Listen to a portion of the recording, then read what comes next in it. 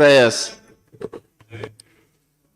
Almighty God, who in thy wisdom and goodness has appointed the offices of rulers and parliament for the welfare of society and just government of men, we beseech thee to behold with thy abundant favor us thy servants whom thou hast been pleased to call to the performance of important trust in this land.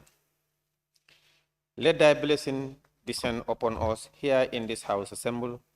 Grant us that we may treat and consider all matters that shall come under our deliberation in such just and faithful a manner, to promote thy honor and glory, to advance the peace and prosperity, prosperity and welfare of this country, and of those whose interest thou hast committed to our church. Amen.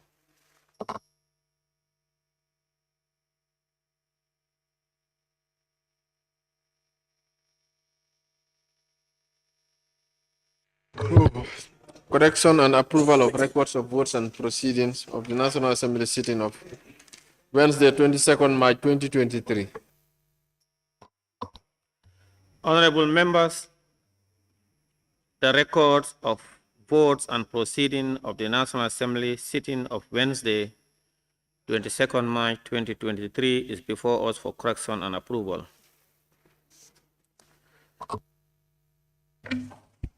Honorable Speaker.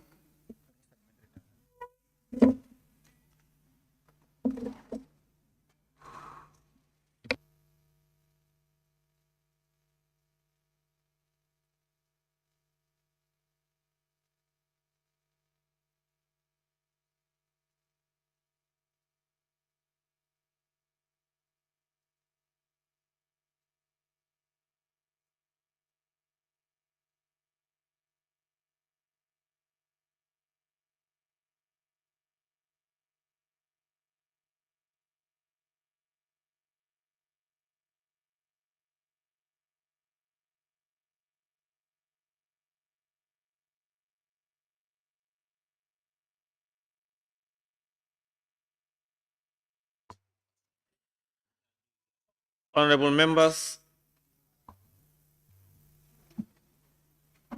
the Office of the Honorable Speaker would like to wish all honorable members and our constituent a very happy and Ramadan Mubarak, and wish every Gambian by extension Allah's blessing and guidance, and as well to accept all our prayers and supplications and reward us abundantly. Ramadan Mubarak to all of you. Honorable members, the records of votes and proceedings of the National Assembly sittings of Wednesday, 22nd March 2023 is before us for correction and approval. Can any honorable member please move that the said record of votes and proceedings be considered and approved? Member for Kiang West. The member for Kiang West, I saw your tag. Yes, I wanted to call your attention that I'm not having the said records of votes and precedents that you have. Yes, yes. Member for Nyanija. Thank you very much, Honorable Speaker. Ramadan Mubarak too. I rise to move that the records of votes and proceeding of the National Assembly sitting of Wednesday, 22nd March 2023 be considered and adopted. Thank you. Any seconder? Member for Nyamina West. Thank you, Speaker. Seconded. It has been moved and seconded that the record of votes and proceedings of the National Assembly sitting of Wednesday, 22nd March 2023 be approved. Any corrections and observations by any honorable member? The member for Sabah Sanjal. Thank you very much, Honorable Speaker.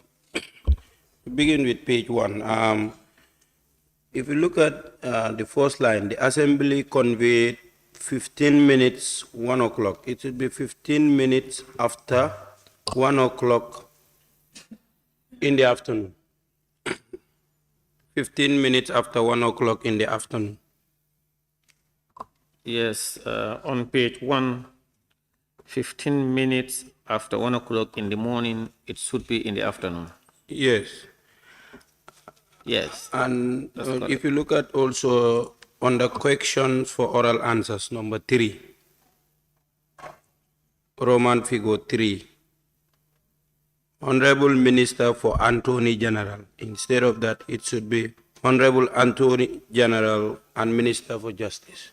Attorney General and Minister for Justice. Attorney General and Minister for Justice. Honorable Attorney General and Minister for Justice. Mafo Anthony, it among correct. Thank you. Ikungo bening huo. Amambande, it's not finished. Sorry. Suleiman, please. Roman figure 5. Honorable Minister for Environment, Climate Change. E is missing. It a man read ko you are telling me something. Thank you very much. Roman figure 3, the Minister for Justice. Yes. It is recorded as the Honorable Minister for Attorney General. And it should be corrected to read as the Attorney General and Minister for Justice, as well as change E. Yes. Nyamin Awes. Well, thank you, Speaker. In the same place, Roman figure 6, Honorable Minister for Transport, instead of FOR, you have FOE. Change the E to R.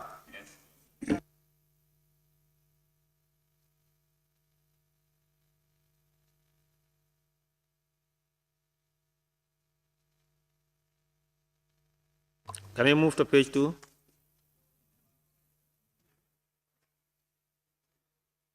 Any observation on page 2? Page 3.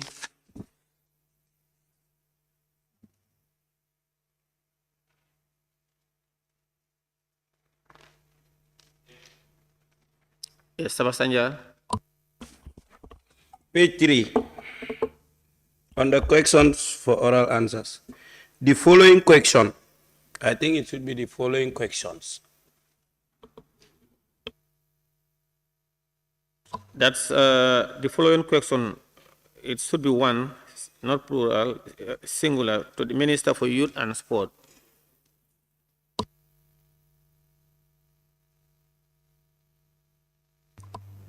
Any member for Nyanija? Yes, just where he was correcting, I saw him this where instead of where it should be washed because it was only one question. Huh? Ah, okay. Kiang West? Yes. Last time we made an observation on when the motion is moved and was seconded and it was seconded, and we have agreed that and was seconded to ensure consistency. But and it was seconded had appeared today also. Yes. On item 2, corrections and approval. Honorable Al Hussein Sise, member for Sami, moved the motion, and it was seconded. You want us to remove the it. Any order? On page 4 now. Sabasanja. Page 4. It says the standing orders for 10.3. Honorable Speaker varies the order of the business to allow the Honorable Minister for Transport, Works and Infrastructure. Instead of answered his oral questions, it should be to answer his oral questions as placed on the order paper. So to is missing, and the answer should not be in past tense. Thank you.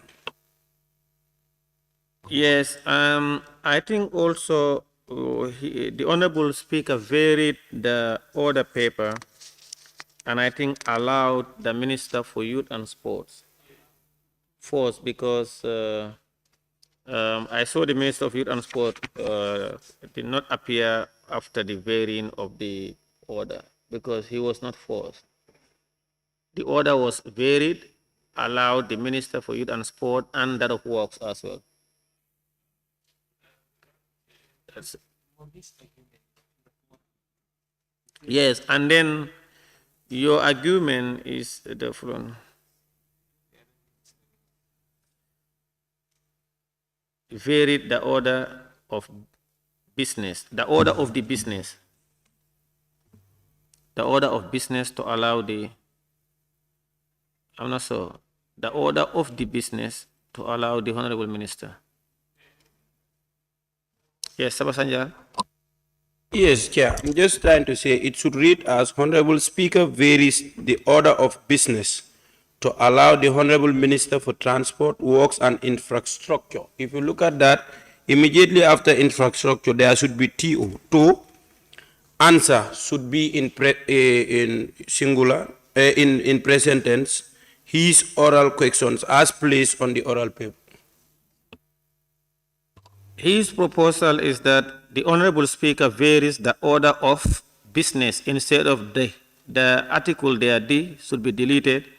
And further on line 2, Works and Infrastructure answered his oral question. Now, the Honorable Speaker varies the order of business to allow the Honorable Minister for Works and Infrastructure to answer. If you bring in to, then it have to be. It should be if you want to insert to, then the person would change. Yes, to answer his oral questions as placed on the other paper. It's for the honorable members to agree or to. That's correct. Yes. Thank you. And then also the other paper was varied to allow the Minister of Youth and Sport. He should also fall under this category. Youth and Sport Minister. You put him first on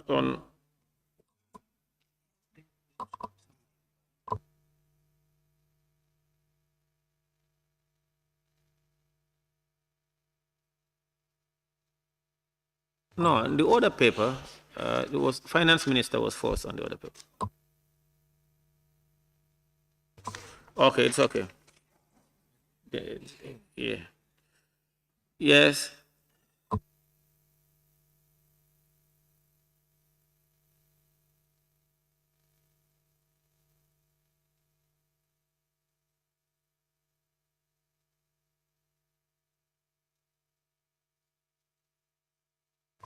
Any other on page 4?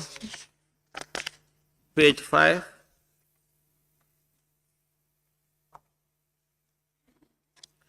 On page 4,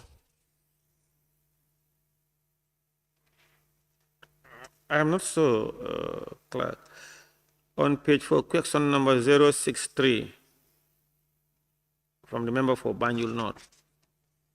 It was the last question the Attorney General answered. But does it matter?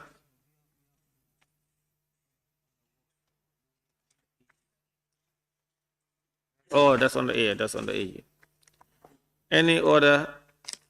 Now let's move to page 5. Page 6. Member for Sabah Sanjal.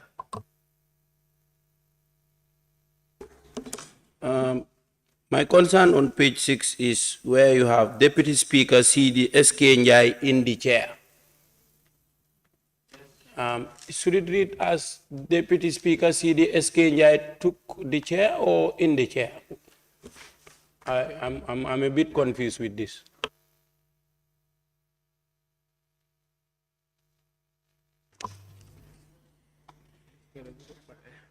That's correct.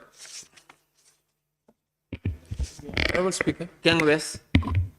Yes, I've realized that we are correcting the records of votes and proceedings of Wednesday, not Tuesday, but the other paper captured Tuesday.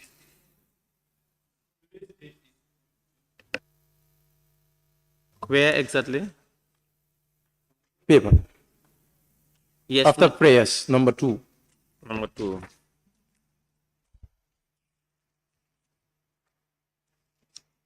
On the records of votes and proceedings? Yes, what we have, it says correction or and approval of records of votes and proceedings of the National Assembly sitting of Tuesday.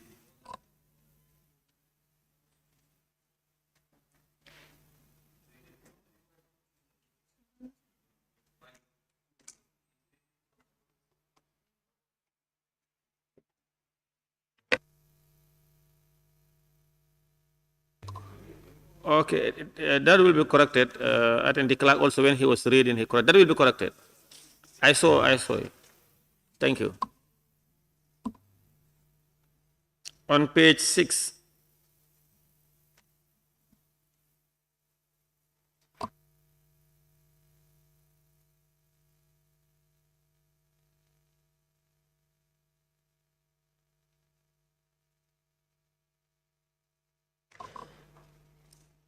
Any other observation on page 6? After the Deputy Speaker to the chair, should be the member for Banjul North. Yes. The member should Banjul North should come immediately after the Deputy Speaker took the chair. Not at the front. Have you seen that? Oh. Page 7.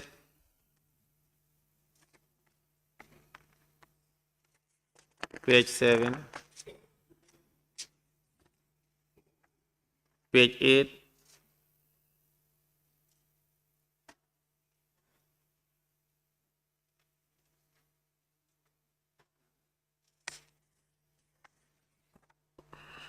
Is that all? Member for Sami.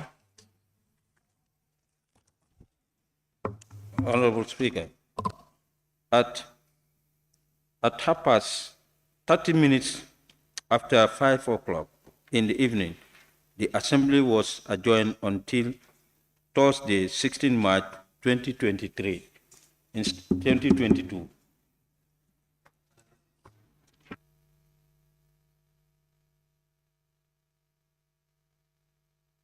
Member for Sabah Sanjal. I was just going to say the 16th March has to be changed also. Not 16 March. Yes. To the 23rd. 16 March, the 16th should be changed to 23rd. Member for Nyamina West. Yeah, that's the same. 16th should be changed. Any other observation, further observation? Thank you, honorable members.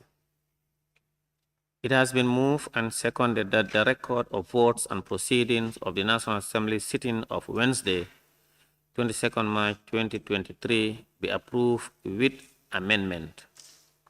Those in favor, please say aye. Those not in favor, please say no. The ayes have it. Thank you very much. Clerk, we may proceed. Laying of papers and reports. Report of the Gambian delegation to the first ordinary session of the 6th Pan-African Parliament, 24th October to 10th November 2022 in Midrand, South Africa, by the Honorable, by the head of delegation.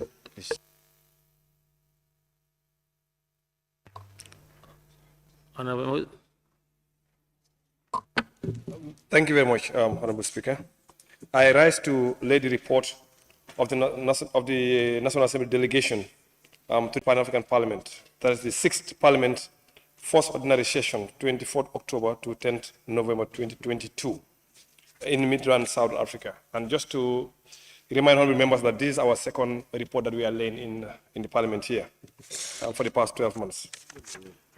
Introduction. The first ordinary session of the 6th Pan-African Parliament took place from Monday, the 24th October to Thursday, 10th November 2022 in Midrand, South Africa, and was attended by PAP members, guests, and support staff of member state delegations. The session was held under the African Union theme for 2022, that is building resilience in nutrition on the African continent, that is accelerate the human capital and social economic development.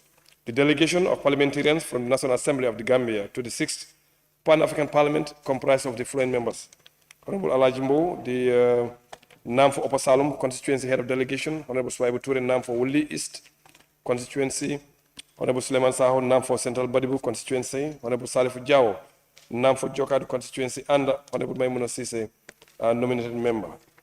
On week 1, the first meeting of the session, I'm on page 1, started with the arrival in the Honorable Dr. Idris Musa Ndele Hall of the PAP, the President, Honorable Senator Chief Fortune Charombira, together with the members of the Bureau of the PAP, except the Vice President.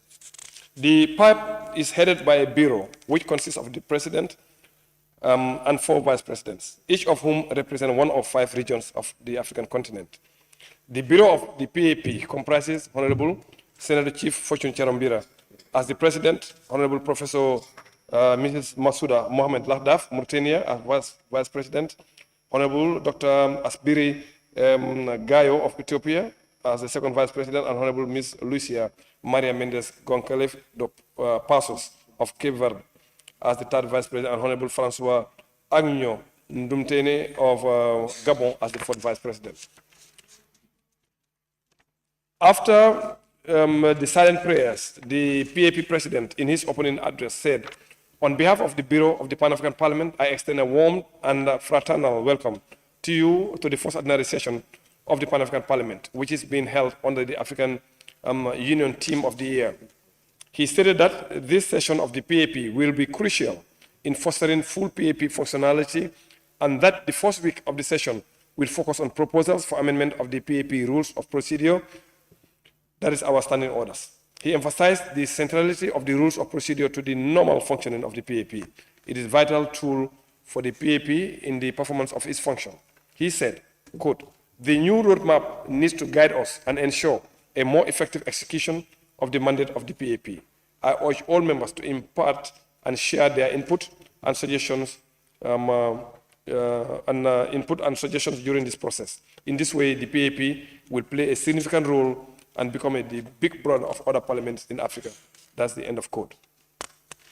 So the PAP President assigned the regional caucuses of the PAP the duty to consider and critically assess the gaps in the PAP rules of procedure and areas of improvement of the rules which had been identified by the Permanent Committee on Rules, Privileges and Discipline, and make proposals for amendment of the rules. He said, quote, "Each regional caucus representing the 5 regions of Africa needs to go through all 49 rules, reflect on them, interpret them, and if necessary, amend them or even devise new rules if necessary."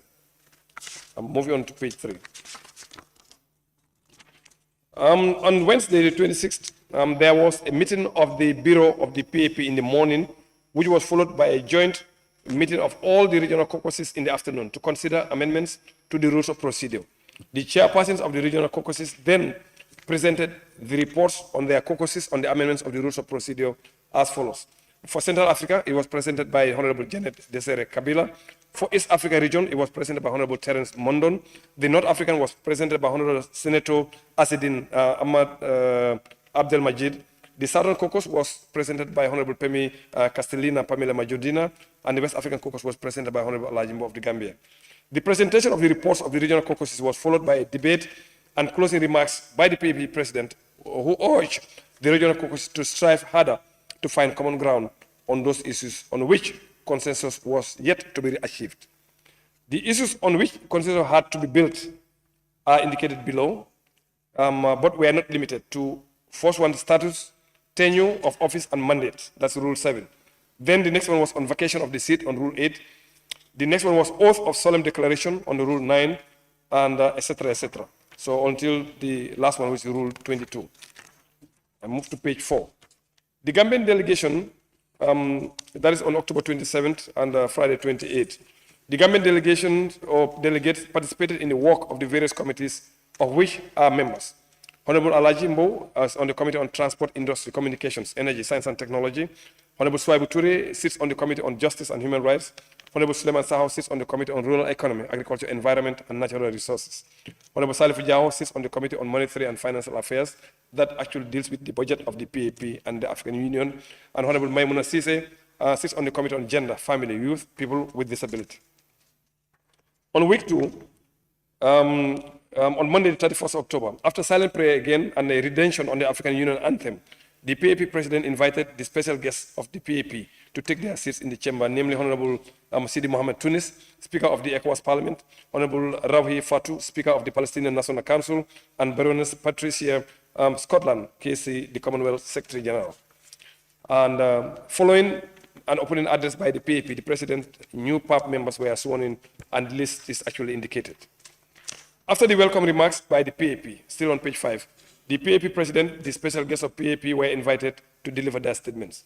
In delivering the first message of solidarity to the PAP, the Speaker of the ECOWAS Parliament, Honorable Sidi Mohamed Tunis, emphasized the importance of agriculture and the role that climate change and the African Free Trade Area, AFCTA, will play in ensuring food security on the African continent. He said, and I quote, "Africa has huge agricultural potential, but we must invest in the entire food chain and intercontinental trade through the AFCFTA. This is key if you want to end hunger on the continent," close quote. Moving to page 6. In delivering the third message of solidarity to the PAP, the Commonwealth Secretary General, Baroness Patricia Scotland, expressed her pride in being the first Commonwealth Secretary General to address the Pan-African Parliament. She stated that she is a lawyer and that, quote, "lawyers like parliamentarians are considered a dangerous breed. We stand in the gap. We fight not with arms, but with words," end of quote. She identified 4 challenges in the push for a Pan-African renaissance, like governance, the public sector and management, corruption, trade, and justice. No peace without justice. No justice without peace, she emphasized. The role of the PAP is now more important than ever, and its members will have to lead us into a better, brighter future despite all the challenges.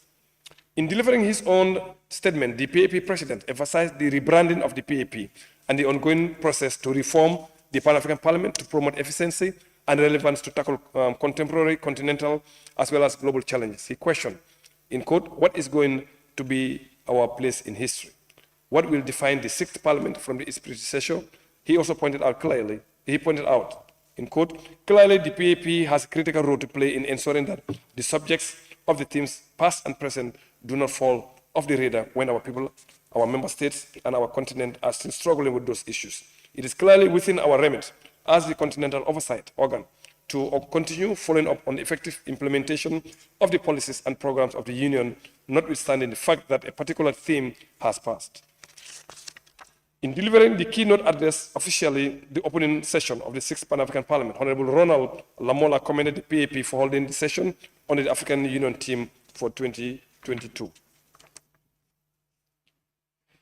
On page 7, he stated further that in order to strengthen the mandate of the PAP, such that it becomes a legislative organ of the African Union, as envisaged in the 2014 the Malabo Protocol, I would like to appeal to all parliamentarians to continue the advocacy work for the ratification of the aforementioned 2014 Malabo Protocol so that it may enter into force as soon as possible.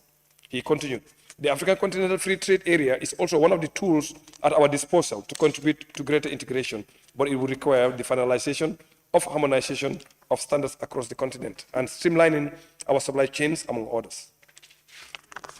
Finally, you said, "I wish to reiterate on behalf of the government of South Africa our commitment to provide all necessary support to facilitate the work of the Pan-African Parliament. In this respect, the South African government remains resolute that the permanent precinct of the Pan-African Parliament is finalized, and my government has made good progress in resolving the issues that have been obstacles. Our goal is to ensure that the African Union organs hosted in South Africa are housed under one roof."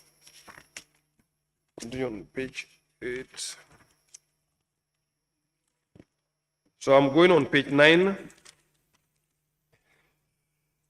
During the debate, in his contribution to the debate, and that is on the status of peace and security in Africa, Honorable Swaibu Toure, the Gambia, expressed concern about the root causes of conflict, including armed insurrections and coup, and foreign interference in African affairs. He also questioned the steps of the African Union is taking to ensure Africa has a seat at the United Nations Security Council. Honorable Suleiman Sao from the Gambia identified bad governance and corruption as causes of military coup d'etat in Africa. Honorable Maimouna Cissé, the Gambia, emphasized the need for the Malabo Protocol to be ratified by all members of the African Union so that any unconstitutional change of power can be dealt with effectively by the African Union. She posited that economic deprivation is a contributing factor to conflicts in Africa and argued that security of countries on the continent is essential. On page 10. On Wednesday, there was a high-level parliamentary dialogue on democracy, human rights, and governance in Africa under the theme on constitutional changes in government and political transition in Africa. There was an opening ceremony which consisted of addresses by various speakers. This was followed by 2 thematic sessions, namely interrogating the relevance and effectiveness of regional legal, political, and institutional frameworks relating to unconstitutional changes of government and political transitions.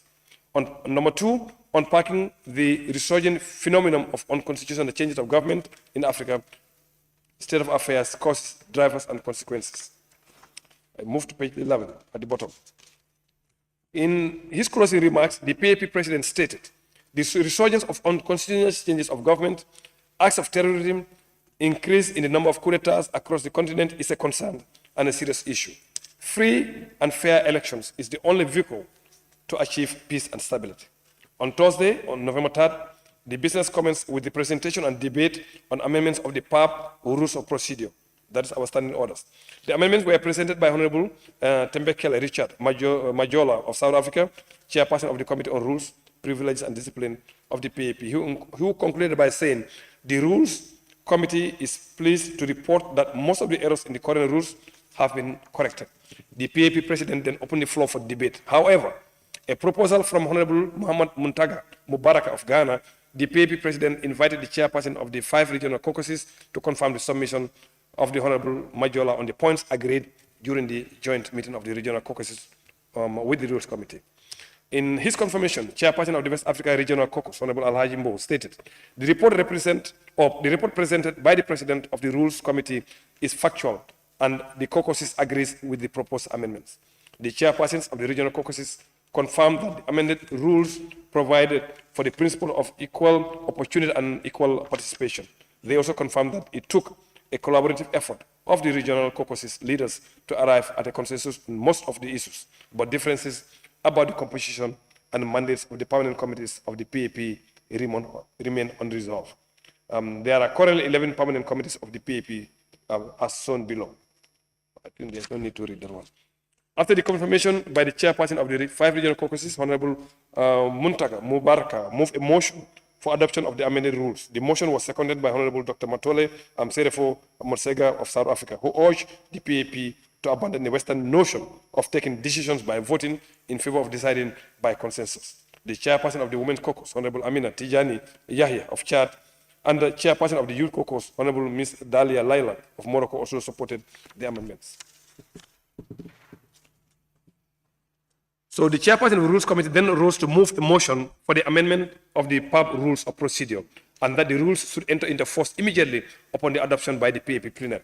Honorable Muhammad Muntaga Mubaraka seconded the motion, followed by a PAP member from Benin, who also requested for the PAP plenary to adopt the report of the Rules Committee. The motion on the amendment of the PAP rules of procedure was adopted, and the PAP president adjourned the session. On page 14. On Friday, the 4th of November, the Conference on Women's Rights continued with various other invited guests, addressing the PAP members, including retired Honorable Noswi Nolotrando Mapisa Nkwala, Speaker of the National Assembly of South Africa, who said, in quote, over the years since the establishment of the African Union, our continent has shown commitment to promoting gender equality and empowerment of women. We continue with the debate, and on November 7th, the PAP business of the PAP included 1, presentation and debate on the report of the Africa Continental Free Trade Area. Number 2, presentation and debate on the report of the seminar on the theme Bridging the Gaps in the Protection of Migrant Workers in Africa through Advocacy for the Use of the Legal Instruments, the role of the Pan-African Parliament and the African Union Labour Advisory Committee. Number 3 was a presentation and debate on the reports, recommendations, and resolutions on the model law on cooperatives and the model law on factoring, respectively. And number 4 was a presentation of the PAP budget for 2023. Page 16. During the debates on the AFCTA and joint PAP-AU Labour Migration Seminar, thereby calls for the continent to develop its own language to improve trade, economic, and social integration. In his contribution to the debate, Honorable Alhaji Mbow from the Gambia argued that a trader from the Anglophone country will need a translator before he or she can do meaningful business in the Francophone country, in the same region of the continent. Honorable Mbow urged his fellow members of the need to promote African languages so as to enable us to have a common language across the continent, instead of depending on foreign languages that hamper trade. He also opined, in quote, health could have a direct correlation with the food Africa imports. This also promotes their pharmaceutical industry, and this is a double whammy in that we import the food and then import the medicine to cure us. Honorable Mbow called for fellow Africans to reduce talking and be more action-oriented. Associating himself with the call to harmonize African languages by Honorable Mbow, Dr. Matole Serefo Motsega of South Africa emphasized that Africans need to decolonize their minds through the promotion of Pan-Africanism and indigenous African languages. For example, Kiswahili has been elevated and recognized as one of the official languages of the South African Development Community, SADC. He also advocated for the setting up of a Pan-African People's Institute, PAPI, to tackle the continent's perennial brain drain problem. Other PAP members emphasized the need to find lasting solutions to the migration problem. They identified insider trading and corruption as barriers to the development of trade on the continent and advised themselves to take lead together with the governments to popularize the AFCTA and its opportunities. On page 18. On November 8th, the business of the PAP in the morning consisted largely of various motions being moved by PAP members, including the following. Motion, number one, motion congratulating the Federal Republic of Ethiopia and the Tigray People's Liberation Front, TPLF, on the signing of the peace agreement. Number two, motion for calling the immediate and the end of the conflict in Democratic Republic of Congo, DRC. There was another motion, number three, calling for the immediate lifting of unilateral economic sanctions imposed on the Zimbabwean government by the United States of America, the United Kingdom, and the European Union. Number four, motion for a resolution of the PAP for support of the East African crude oil pipeline project. Page 19. Honorable Pemi Castellina, Pamela Bajodina of South Africa moved the motion calling for a cessation of all hostilities in the Democratic Republic of Congo. The motion also advocated for respect of the current Luanda and Nairobi peace initiatives and implementation of their recommendations. Honorable Alhaji Mbow of the Gambia moved the motion advocating for a lifting of illegal economic sanctions imposed on Zimbabwe by Western powers, citing the negative impact those sanctions on women, children, and the general populace. The motion canvassed the support of African countries in accordance with the long-standing principle of solidarity and in view of the successful advocacy carried out by the PAP in 2016 that led to the lifting of economic sanctions similarly imposed on Sudan since 2017. And Honorable Felix Okot, Uganda, moved the motion supporting the East African crude pipeline project. This pipeline is expected to transport crude oil from Uganda's oil fields to the Tanzanian port of Tanga. However, the European Parliament in Brussels, Belgium, is attempting to stop the construction of the pipeline using climate change and other environmental concerns as excuses. Once completed, the pipeline will be the longest heated crude oil pipeline in the world. And during the debate, the crude oil pipeline project, Honorable Suleiman Sao from the Gambia said that the project implementation should continue. He posited Africa, in quote, Africa needs, this is what he said, Africa needs infrastructure and employment for our people. Africa has a right to use its own natural resources, end of quote. After the motions were moved by the PAP plenary, PAP resolved to adopt them. This was followed by a special event. His Excellency Olusegun Obasanjo, former President of the Federal Republic of Nigeria and African Union High UN representative for the Horn of Africa, delivered a message to the PAP members. His Excellency Olusegun Obasanjo began his address by recalling the rationale for the establishment of the Pan-African Parliament. He said the PAP is now 21 years old and was established to ensure the citizens are involved in the economic development and integration of the continent. This, in quote, he said, the institution is not a necessary institution. It is an institution that should be part of the process that will lead us to the promised land, he said. He also emphasized that this ideal is even more relevant today.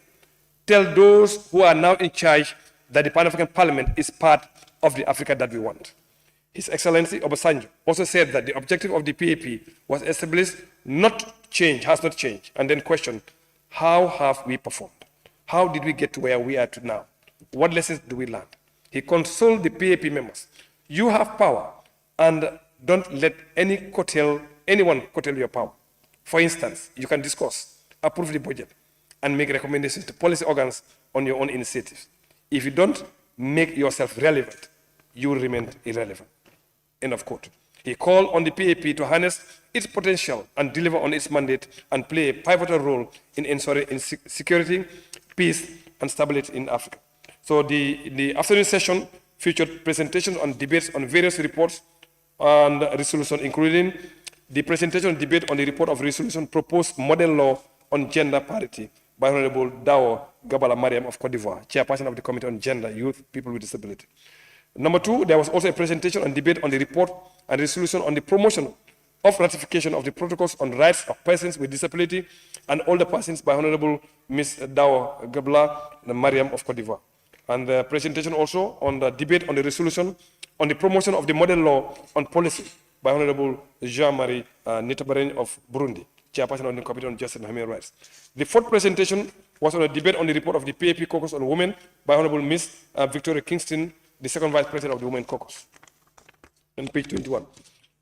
A highlight of the debate on the presentation on the proposed model law on gender parity was when Honorable Maimouna Sisa of the Gambia called for the implementation of gender laws and for women to raise their self-esteem. Honorable Sisa said that action must come from women themselves.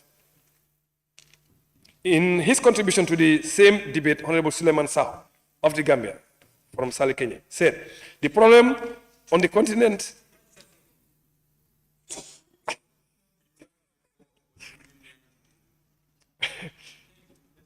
okay.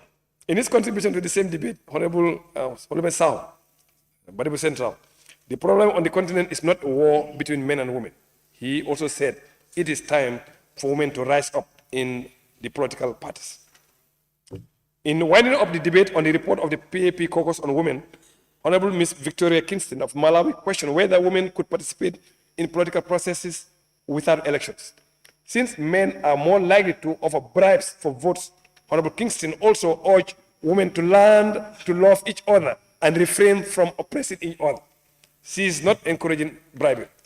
On Wednesday, the 9th of November, the business of the PAP in the morning started with a presentation of the African Peer Review Mechanism, APRM, and its processes. The APRM was adopted by the African heads of state and government as a systemic peer learning and self-assessment mechanism emanating from the new Partnership for Africa's Development, NEPAD, foundational document, the Declaration on Democracy, Political and Economic and Corporate Governance, adopted in Durban, South Africa in 2002. The rest of the day was taken by presentation and debates on several documents from various committees, including the following. Number one, a resolution on the project for the development of a model law on food and nutrition security by Honorable Hassan Marudi Kubu, and that's the rapporteur of the committee from Niger. Number two, a resolution on the project on the development of a model law on soil management in Africa by Honorable Hassan Marudi Kubu of also Niger. Number three, there was also a presentation and debate on the report and resolution on advocacy on the promotion of the African Union 10-year action plan to eradicate child labor, human trafficking, and modern slavery by Honorable Jean-Patrice Francois Kirin of Mauritius, Chairperson of the Committee on Health. Number four, presentation and debate on the guidelines on harmful practices related to accusation of witchcraft and ritual attacks by Honorable Jean-Marie Niberante of Burundi, Chairperson of the Committee on Justice. The fifth one was presentation and debate on the resolution on the elimination of harmful practices related to accusation of witchcraft, ritual attack. I think this is a repetition. Let's move to page 24. In his contribution to the debate, Honorable Swaibu Toure, the Gambia, said, quote, we need model laws to move away from bad practices. He also counseled, we need to not only produce, but process the produce and then market the crops. Honorable Toure pointed out that fertilizers could cause loss of soil fertility and the introduction of genetically modified organisms is controversial and must be tackled. He also emphasized that Africa must resort to mechanized farming. 25. On the Thursday, November 10th, the PAP president invited into chamber a representative on the Speaker of the Parliament of Cote d'Ivoire. The PAP president had invited the Ivorian Speaker to grace the session with a view of strengthening the relationship between the PAP and the Ivorian Parliament. I'm on page 26. Honorable Suleiman Sahab, the Gambia recommended in terms of the recommendations on the labor migration in Africa for the adoption of an African passport to ease migration, such as harassment and intimidation faced by Africans within Africa. At this juncture, one delegate suggested that draft resolutions, etc., must be reviewed and corrected by the Bureau of the PAP and the movers of those resolutions before being brought to plenary for adoption. The Pan-African Parliament adopted the following 19 resolutions at Midrand on the 10th November 2022. The first resolution congratulating the Federal Republic of Ethiopia and Tigray People's Liberation Front for signing a peace agreement. Do I need to read them? I think I don't need to read them. So you have them here. So the Pan-African Parliament adopted the three recommendations at Midrand on the 10th November 2022 on page 28. That is one, the recommendation of the 2022 high-level parliamentary dialogue on democracy, human rights, and governance in Africa under the theme of unconstitutional changes of government and political transitions in Africa. Number two, recommendations of the Conference on Women's Rights adopted with amendments. Number three, recommendations on labor migration in Africa.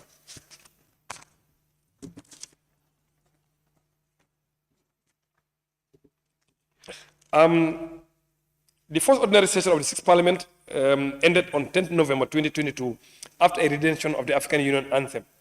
A key milestone on the session was the adoption by plenary of a motion to amend the PAP rules of procedure, while a key takeaway from the session is the urgent need for the African Union member states to take different actions. One, ratification of the protocol to the Constitutional Act of the African Union relating to the Pan-African Parliament, that is the Malabar Protocol. The Gambia actually has signed and ratified. Number two, ratification of the African Continental Free Trade Agreement. And number three, ratification of the treaty establishing the African Economic Community relating to free movement of persons, rights of residence, and rights of establishment.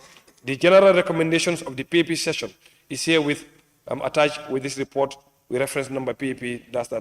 Abubakar Sidike Kaba, the Director of Legal Affairs, provided the report to the delegation of parliamentarians to the National Assembly of the Gambia, and we are very thankful to the support of the Office of the Clerk, Office of the Speaker, and the clerk to the delegation.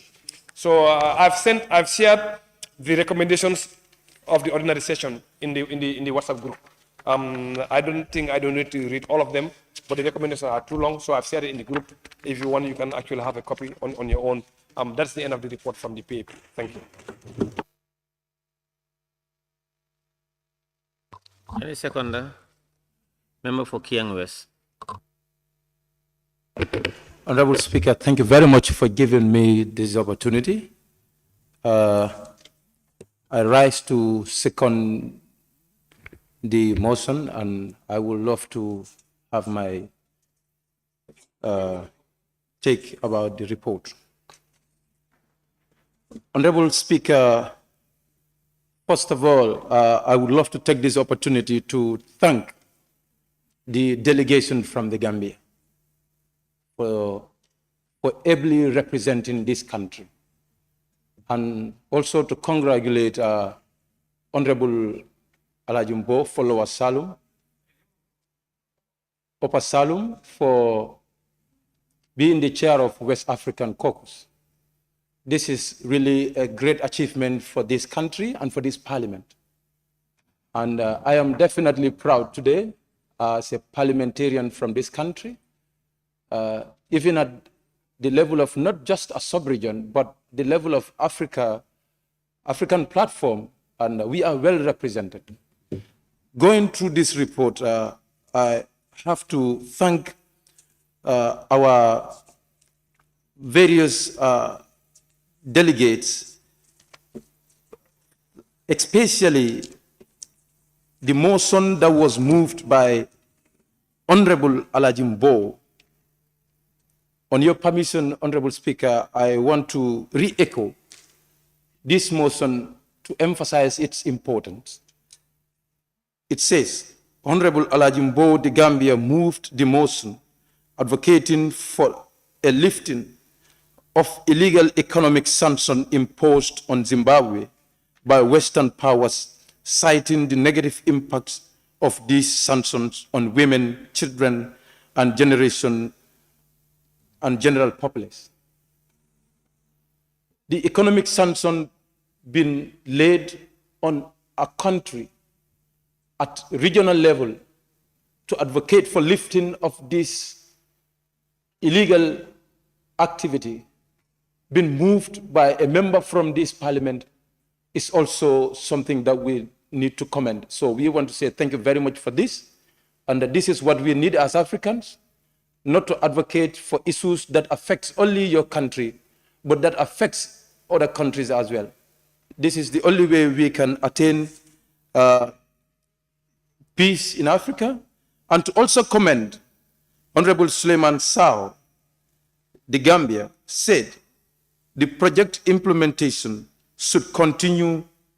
He posted, Africa needs infrastructure and empowerment and employment for people.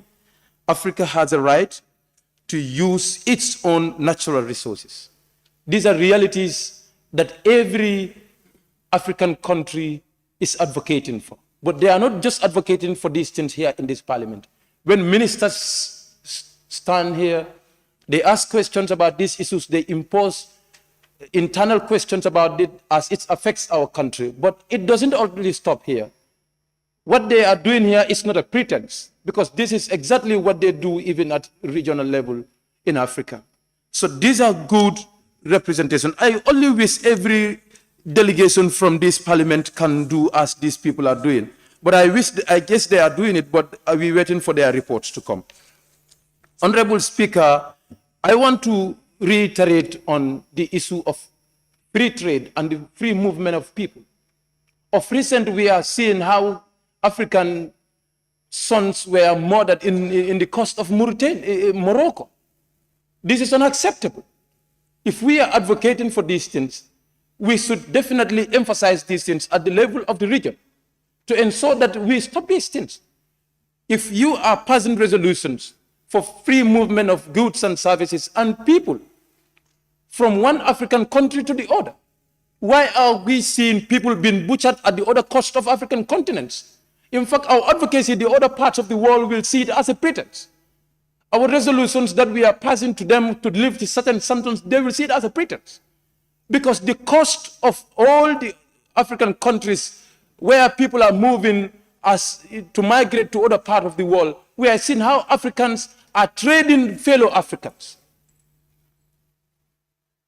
You know, the agents, some of the agents are sometimes, if you get to some cost, they will tell you some agents are Gambians. This is unacceptable. We have to do things in real terms, that we saying this and we mean it. So this is unacceptable. And when it comes to the free movement of goods and services, this should be communicated. We have reservations as far as this is concerned, just at the neighboring country here. Free movement of goods and services.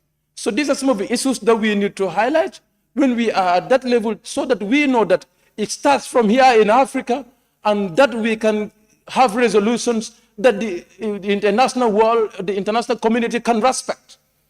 If we don't treat each other as Africans, we don't treat each other as sons and daughters of the same family, international world cannot respect us. We cannot be seen fighting one another. Honorable Sow has highlighted about the issues of conflict and coups in Africa. It's a reality. He has always talked about this, that misgovernance is always a driving force to these conflicts and unrest. So definitely, I think he has reiterated or re-echoed the same voice, at regional level. So I am definitely very much proud today. So with these few remarks, Honorable Speaker, I would love to take my seat, and I will say thank you very much, Honorable Bo, the head of delegation, Honorable Swaibu Toure, Honorable Suleiman Sao, Honorable Salifu Jao, and Honorable Maimuna Sise. I have to call your names to say thank you very much, because I'm proud of you. Thank you very much, Honorable Speaker. Thank you very much, Honorable Member for Kiang West, for seconding the report. It has been moved and seconded that this Honorable Assembly do consider the report of the Gambian delegation to the first ordinary session of the 6th Pan-African Parliament, 24th October to 10th, from the 24th of October to 10th November 2022 in Midrand, South Africa. Those in favor, please say aye. Those not in favor, please say no. The ayes have it. Any honorable member who wishes to participate in the debate may do so by show of constituency tag.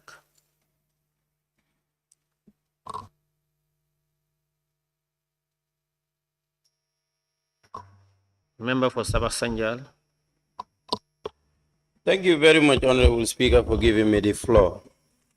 I want to join my colleague, Honorable Kiang West, to congratulate the delegate headed by Honorable Mbow, and also to congratulate him for the new portfolio or position given to him at the Pan-African Parliament. I think it's commendable. And also to thank every member of the delegate for ably representing our parliament to the Pan-African Parliament. Honorable Speaker, Africa as a nation need to always speak the same voice. But as the saying always goes, that, charity begins at home. Charity must always begin at home. It is good whenever we go to a Pan-African Parliament or to other parliaments in Africa, we advocate for oneness. But that oneness must begin from our own home, from the Gambia first. We have to look at each other as one. We don't have to look at each other as people from different tribes, as people from different sects, as people from different religions. Let us look at each other as one. And that oneness would be transmitted to other African countries. Africa is for Africa. And there is no other person who will come from other continents to come and develop our own nation. Peace and security of our nation of Africa has to begin from our own countries. And then we follow the ladder to Africa as a continent. Let us look at each other as one, irrespective of which tribe you belong to, irrespective of your color, irrespective of your religion, irrespective of your sect.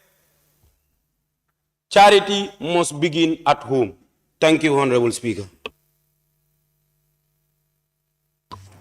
Thank you. The member for Fonye Councillor. You may, all those who wish to take part in the debate, you may do so by show of constituency tag so that table office will record. Member for Fonye Councillor, you may take the floor. All right. Thank you very much, Honorable Speaker. It's indeed a pleasure. I wish all members and all House of the Assembly Ramadan Mubarak to my fellow National Assembly members and all present here. And I wish it will be a blessed Ramadan for my sons and daughters in the Fulani end. Thank you very much, Honorable Speaker. It's indeed great to have this noble report. I can say it has also pulled strings of that Africanization for Africans, and which the Gambia is not an exception. I wish to thank the various delegations headed by the chairman, Honorable Alaji Mbow, Honorable Suwaibu Ture, Honorable Maimuna Sise, and Honorable Suleiman Saho. Honorable Speaker, Africa is called Africa, and the name will not change as Africa. But it is only us that will avail and make sure we intensify the effort of Africanism and also the Pan-African syndrome, that today we have a Pan-African assembly that will look into affairs of all matters in Africa. And I think that is commendable. And the initiators, it says, is today 21 years old. And I believe it's not only going to be a house to be housing African representative from East, West, North, and South. The minds and aspiration of that thinking of Africa, act Africa and see Africa and walk towards Africa will also be embraced. There are a lot of progressions that they have also signed, recommend the conventions. One of it is about this free trading. I think it's high time for us to not only sign, but let's work towards realizing and act towards maintaining that free trading.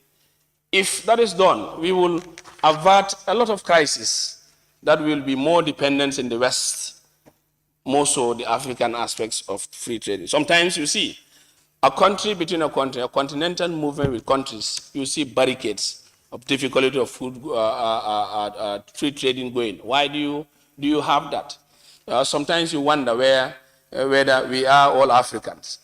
The way I'm treated in my own end in an African country will be different from another end. So I think conventions are valuable, but that convention should move away in conventions to make sure they are now, conventions that are act and also will be more of, adored in our African continent. And the other thing also, they've also alluded in issues of a country like an oil industry.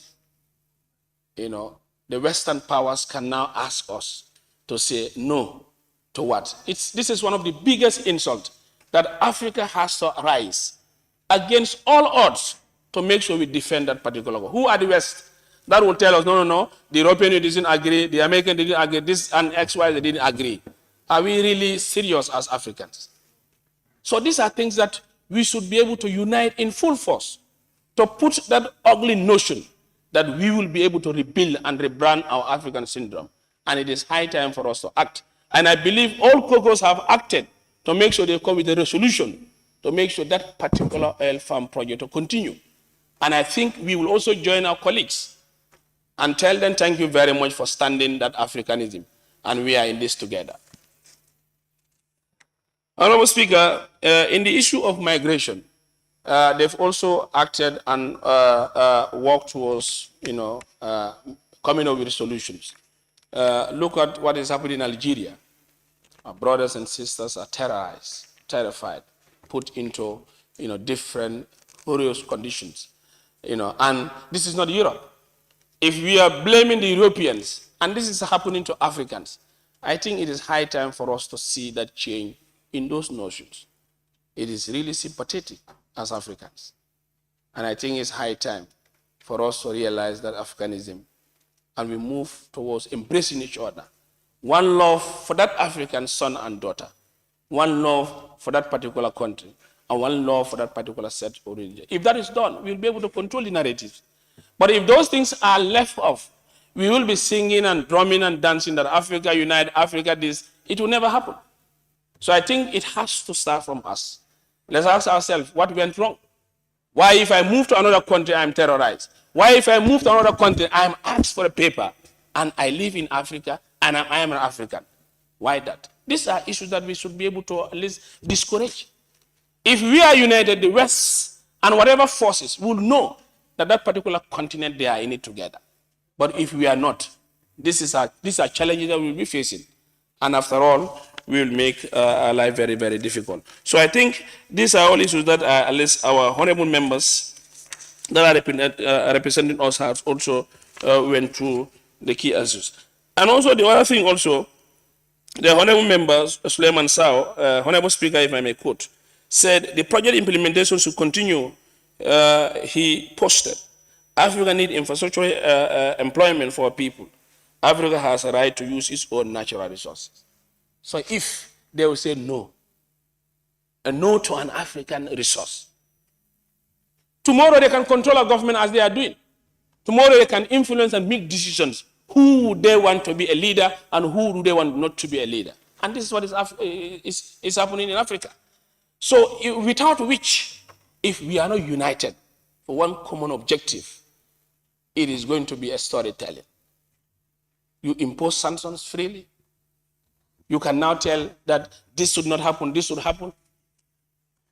Are we really serious as a continent? So I think these are some of the representations that we think we have people who will be able to talk on our behalf. So a report of such, I think, is commendable for the members. And we are now telling you, stand firm to defend that cause of Africa. We are in this together, and we will not leave you alone. I thank you so very much for your representation. And this is Africa. We will die and live for Africa, and it's for Africa that we can survive. Thank you very much. Thank you very much, Member for Fonyi Councillor. I now recognize the member for Fonyi Bintang Karanai. Thank you so very much, Honorable Speaker, for giving me the floor. Honorable Chair, thank you so very much for representing us well. The members of PAP, I thank you once again. The Gambia is proud of you, and we will continue to be proud of you. This is the expectation from our part, but you have played it well. I thank you. Africans are the only victims of the world. Sad to say, we are the only people that are rejected in Asia, America, and Europe. And we are the only people that are also rejected in Africa. Africans have no sympathy for fellow Africans. But as the team goes, building resilience in nutrition on the African continent. First and foremost, how do we attain food self-sufficiency? How do we attain food self-sufficiency as a continent? But as a nation, as the Gambia, looking at this, what should come to our mind in the first place is how to attain food self-sufficiency. Because today, as I always say, if European superpowers are in war and they fail to import rice to the Gambia, how will we survive as a nation? This should be the thinking of every government. And every advisor of every president, this should be your thinking. That how will we survive as a nation in the absence of food, in the absence of that rice that Gambia constantly consumes? But it is sad to say, most of the people will not speak of the reality and will not even want to hear it. Sad. Very, very sad. We want to promote free trade among Africans when we could not have free movement. The South Africa that is hosting this themselves are imposing visa on their fellow Africans. And you are talking about Pan-Africanism? If you are pegging my legs in the Gambia, you are pegging another African in his own country, and you don't even want to welcome him to your own country. What are you talking about? You want to tell us that you have concern about Pan-Africanism? Let them start from South Africa, as this meeting is held in South Africa, as the Pan-African Parliament is in South Africa. Let them start. Let them lead by example. And there were instances where we have seen South Africans killing our own brothers. An African is a brother to another African, wherever the individual may be. Now, they are emulating those Western superpowers that are oppressing us by imposing visa on us. I am not sure that many people will be happy with my comment, but I will say it as it is. So the first thing, as we start, before we talk about free trade among Africans, let's talk about the free movement of people. Through free movement, then the free trade also can exist. So let African countries start. Let the Pan-African start on working on free movement of people within one continent or within one country to another. Like the member for Kiang West. Thank you for your clear submission on the matter. The unconstitutional change within African continent or in Africa, in our countries, within African countries, the unconstitutional change. Good. What is leading to the unconstitutional change? Because the West are inputting puppets into our government system, those that they control, and those that are not serving the interests of Africa, those that are causing inflation to African continent, those that they can dictate, those that are not serving the interests of Africans, but serving the interests of the West. If they are to decide on who is to rule Africa, then we must continue to have the unconstitutional change. And let the African presidents be alerted that you are there to serve the interests of your people. You are there to unite your people. You are not there to divide your people. On that base, we will not have the unconstitutional change of power. But so long you bent on your interest and your interest alone, so long you bent on the interest of the West, we must always continue to have the unconstitutional change. Let African be brothers for one another. The common language that you spoke of, thank you for speaking about the common language. This common language is important because as much as the Gambia today and Senegal may want to unite, as much as the Gambia will want to unite with Guinea, as much as the Senegal will want to unite with Mali, but that language is a barrier, and that was what was imposed on us, that they don't want us to communicate, that they don't want us to understand one another. Today, even if we agree to come onto terms, that we want the Senegal and the Gambia to be one, the other conflict that will come is what language are we going to speak? We will not leave our English for their French, and they will also not leave their French for our English. So sad as a continent. So it is important that we develop a common language that will be spoken by all. Where are they? Because in the absence of that common language, we cannot even unite, even if we want to unite. So through common language, then we will see each other as brothers. Because when someone speaks the language that you speak, it goes direct to your heart. Economic sanctions imposed on Zimbabwe. By who? If Africa was a united continent, will we care about the West? Will we care about what they think on our behalf? So the Pan-African Parliament, I am also happy with the fact that you were able to outline this, that there is a sanction that is imposed on Zimbabwe, and you are working towards it. I will only advise you to double up your effort and let them lift off the sanction on Zimbabwe and their people, because they deserve better. And any other African continent that the sanction is imposed on, let you work on it and lift the sanction. Because an Africa is a border to another Africa. And in the same vein, that today, if you move to Asia, if you move to Europe, you will be treated like a black. You will not be respected. And Africans also, within Africa, when Guineans come here, they are disrespected. We must stop that as Gambians. And we must work together. We only respect that white man in the Gambia. And that white man, you will never see a white man in our prison. You will only see other countries in our prison. But white people are not in our prison. Sad to say, same on us. I thank you all.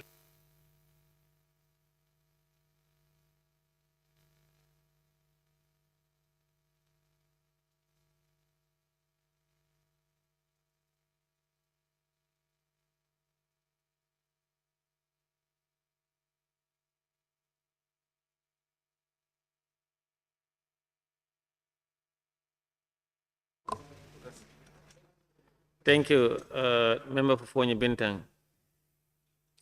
Member for Joshua.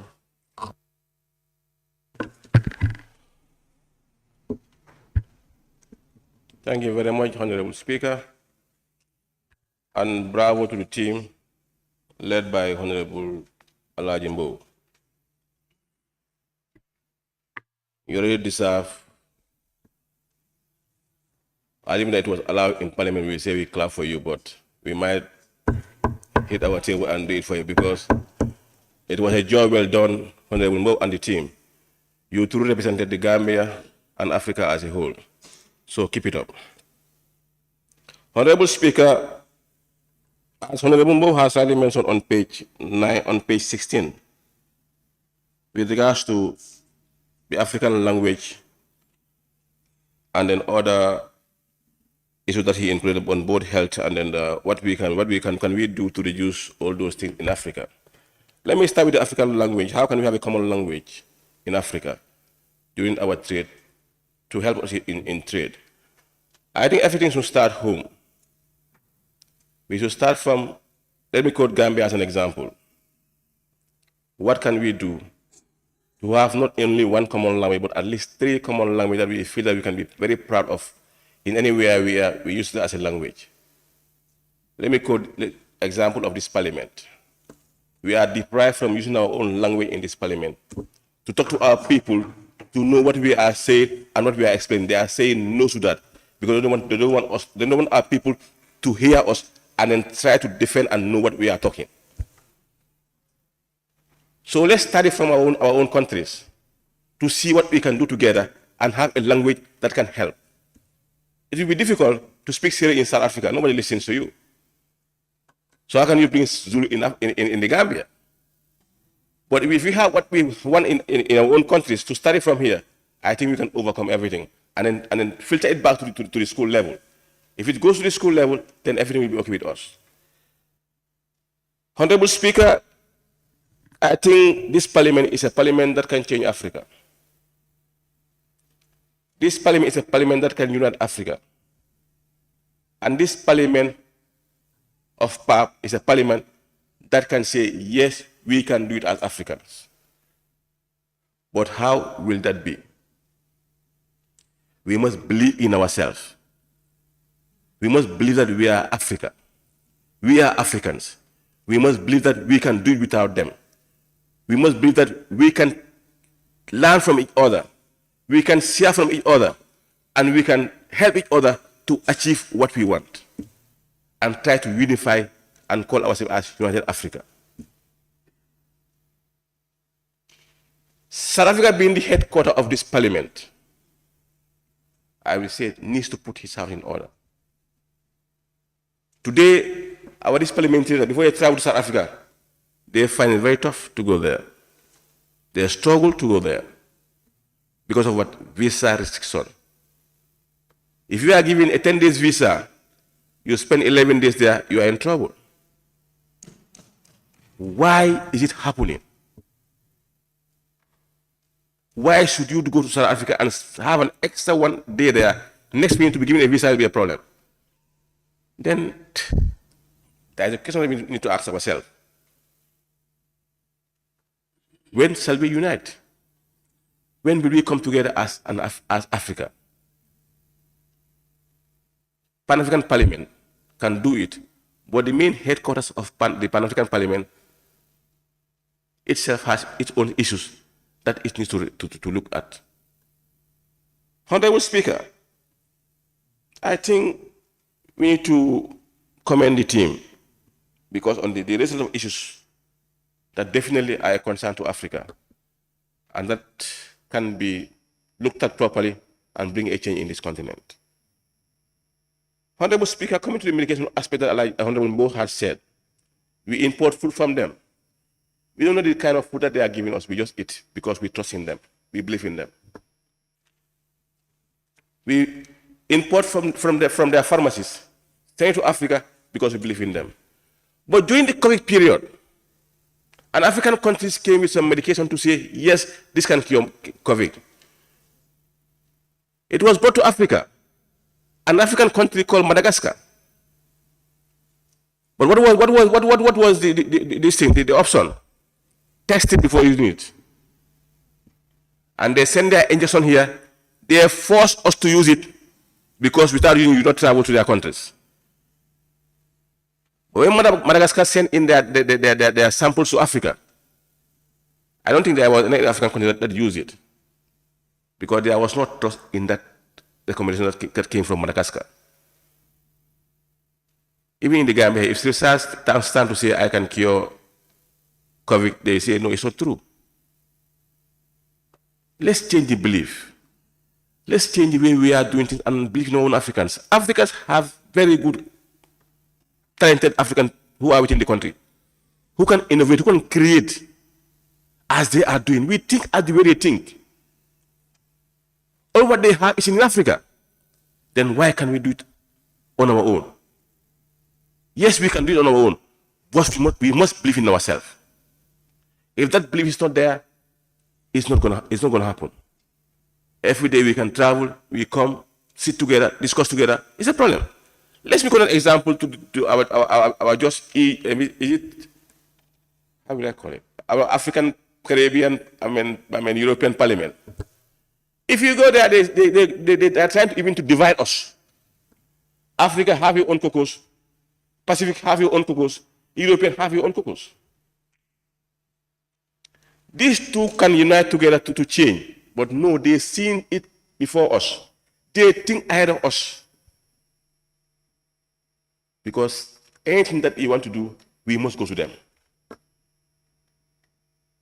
Honorable Speaker and Honorable Chair of the committee, I think we need to rise as Africans to see how best we can unite Africa, to see how best we can believe in ourselves and go back to the system again and grow what we eat and eat what we grow.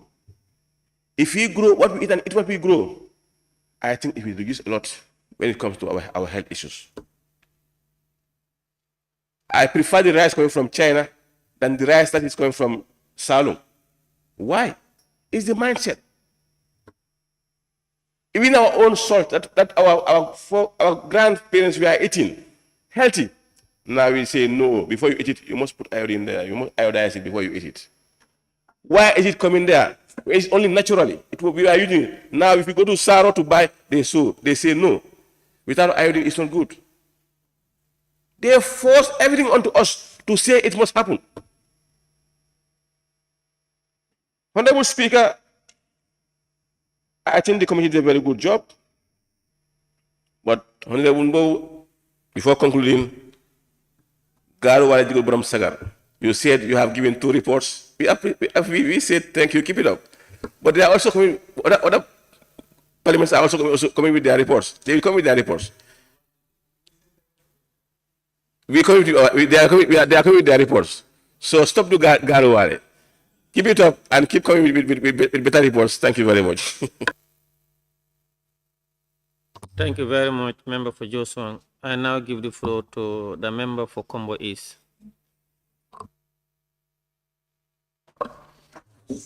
Thank you very much, Honorable Speaker, for giving me the floor first. I'm wishing my fellow honorable members Ramadan Karim.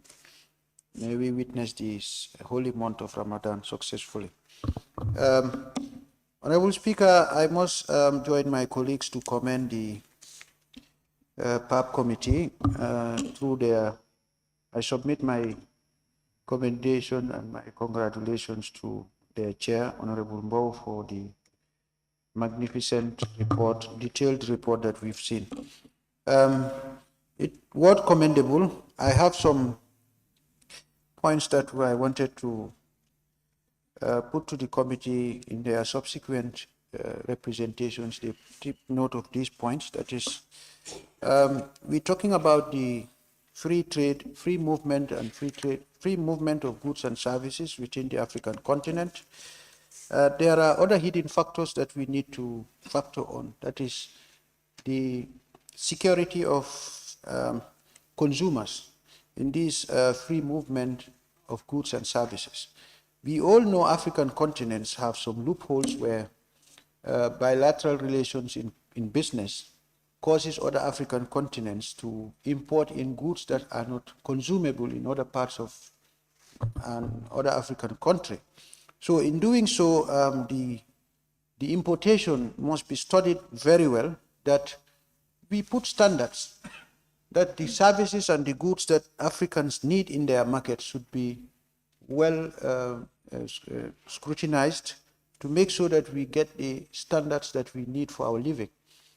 If you take, for example, we have so many improper drugs that are being imported in some parts of the African continent. If we allow it to move freely to other parts of Africa, we are causing harm instead of causing good.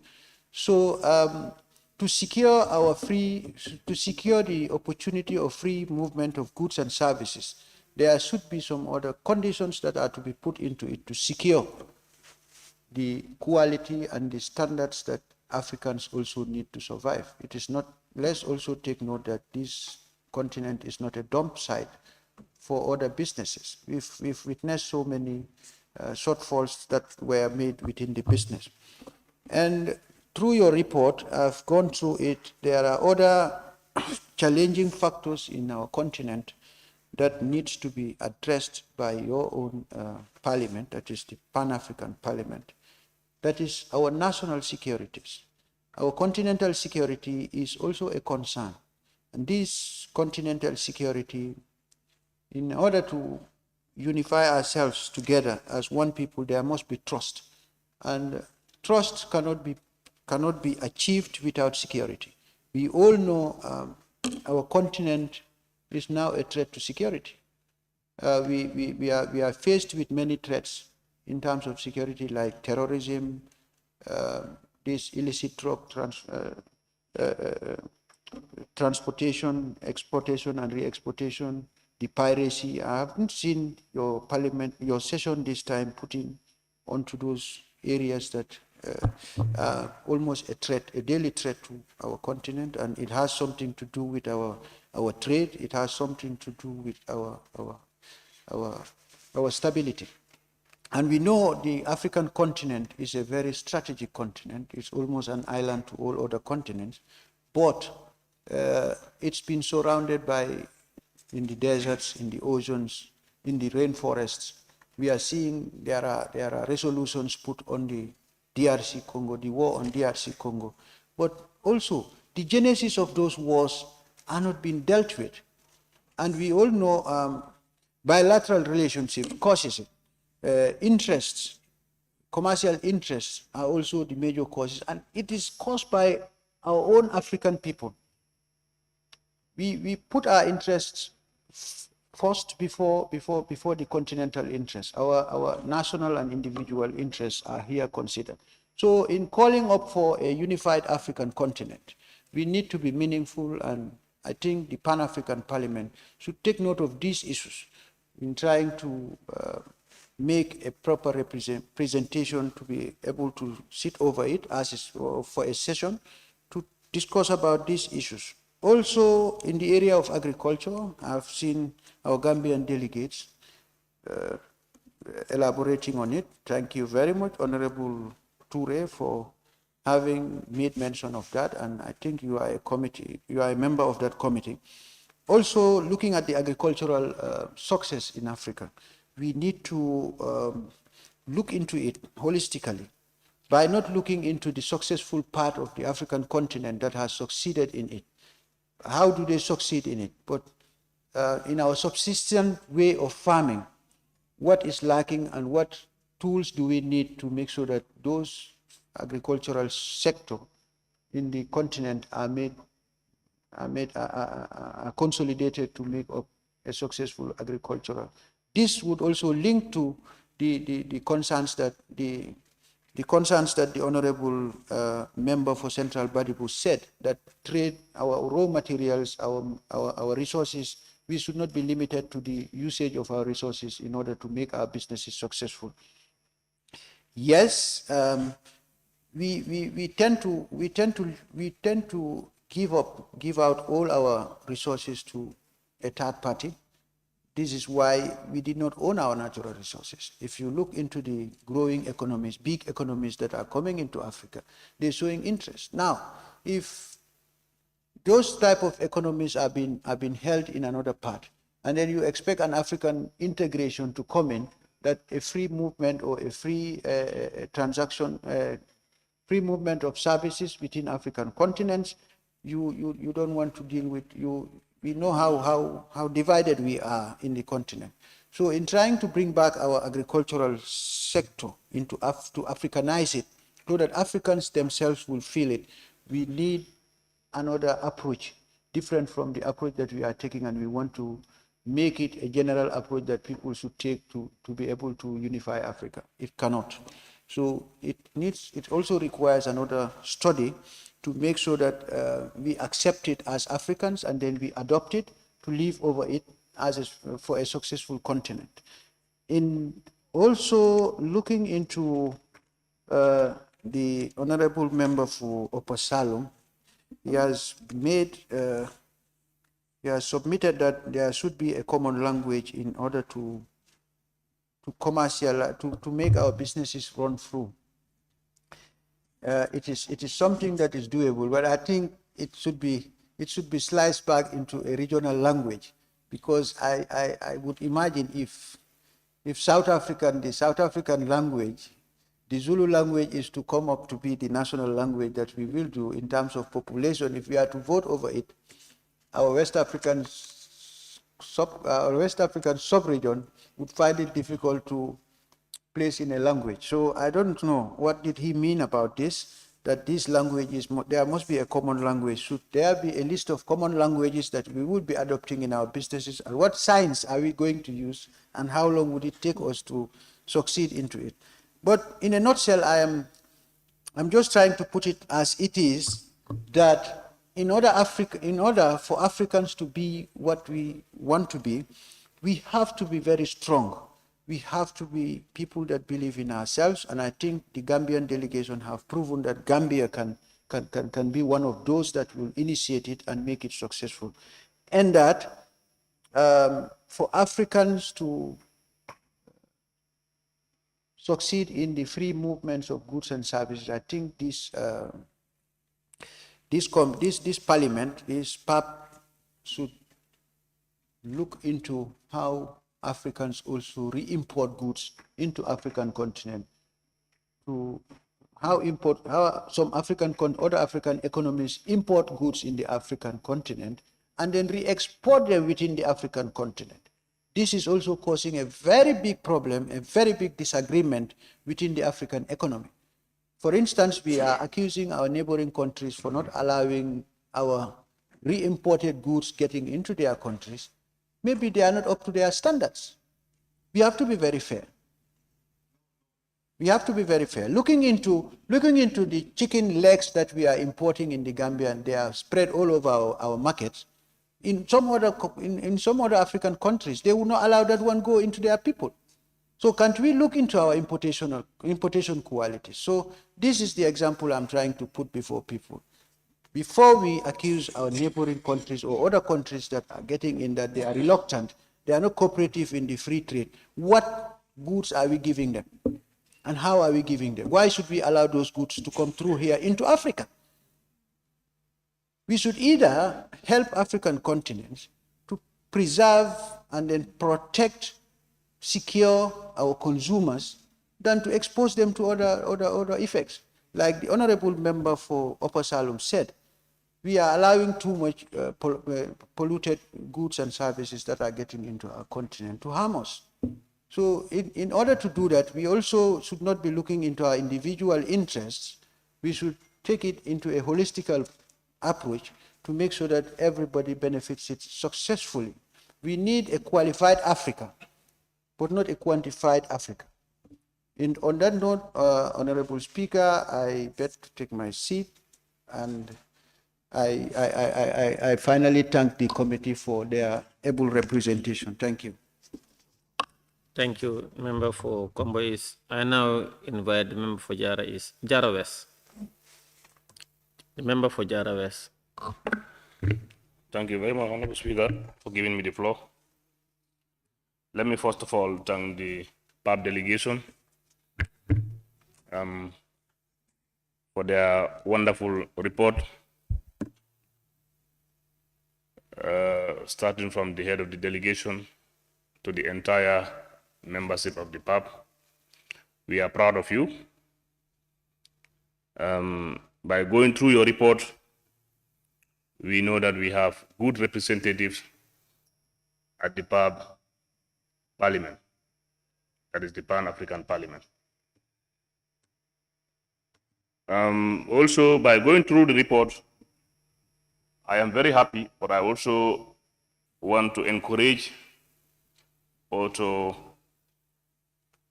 at least come with also some resolutions. Like we are talking of the oneness of Africa. We want to be the same. We should be the same. But then we have so many differences within our African society. Not long ago, I was watching on TV and on media, we have our brothers and sisters, Ivorians, sending planes to bring their citizens back to Ivory Coast. The Guineans, the same thing. It's in Africa. It's not Europe. We are talking of Africa. Our African brothers suffering in another country. I think you have some delegations or some members from these states. Put it to them. When they go back, let them talk to their leaders. We are all Africans. If we are not having peace in our own Africa, do we expect to have it in other places? As an African, when you are in Europe, you are comfortable. But when you come back to Africa, you are not comfortable. That's not correct. You know, their leader, you know, a big crackdown on migrants. It was sad to look at that. So those things need to be addressed. The report is very nice. All your reports, when I read them, I am very convinced and I'm happy. But I want actions to be taken also. Let's take actions so see changes. We are talking of the free trade in Africa. Yes, there are other things that we shouldn't allow them to come in. But a bag of sugar, you cannot take it into Casamance or Senegal, and we are borders. A bag of sugar, if you want to take it from Gambia to Senegal, you end up losing it. Is that correct? It's not correct at all. We are neighbors. We're talking of free trade. It will help. Yes, we have to know what we bring inside our country, but also when the goods are around, let's have free trade. It can help us. We can boost our economy. But you cannot take a bag of sugar from Gambia to Senegal, and you cannot bring that from Senegal to Gambia. In the other side, I don't know. But here, you cannot take a bag of sugar and take it to Senegal. If you are caught by these douanes, you lose it. It's not correct. So it's high time we stop these sweet talks. We speak nicely, but actions are not done. We speak so sweet. By reading this report, I'm so happy. But also, we need actions to change the dynamic. We cannot live like this. Whenever we gather, we speak sweetly. We put that into documents, circulate it, people are happy. But actions are not done. That's not correct. I'm appealing. When you meet your members or next time you sit, put this to them. The Tunisian people, the Libyan people, all over. Our brothers are suffering. Look at what happened to Morocco. Our brothers are butchered there in daylight. This is serious. As I said, you are happy in another, continent than Africa, and you are an African, where you should feel comfortable. This is your land. But in your own land, you are not happy. That's serious. And also by going through the report on the page 9, I think.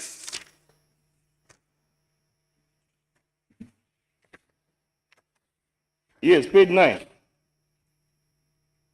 That's in his contribution to the debate on the status of peace and security in Africa. Honorable Swaibu Toure, the Gambia, expressed concern about the root cause of conflicts, including armed instructions and coups and foreign interference in Africa. Do we expect to develop when we have wars all over? We have fightings in Africa, all over. There is no nation that can move or develop when you don't have peace. Peace is the only way to develop a nation. And look, as an African, he continued by saying he questioned the steps in the African Union taking to ensure Africa has a seat on the United Nations Security Council. We cannot have a seat in the United Nations Security Council. It's sad. That's very, very sad. When these people are talking to us, they say we are all one, we are all the same. When we cannot have a seat at that UN Security Council, and it's UN, United Nations. It covers all of us. Honorable Speaker, on that note, I want to rest my case and then thank the delegation members for the beautiful report. Thank you so much. Thank you very much, Member for Jara East. I now invite the member for Brikama South.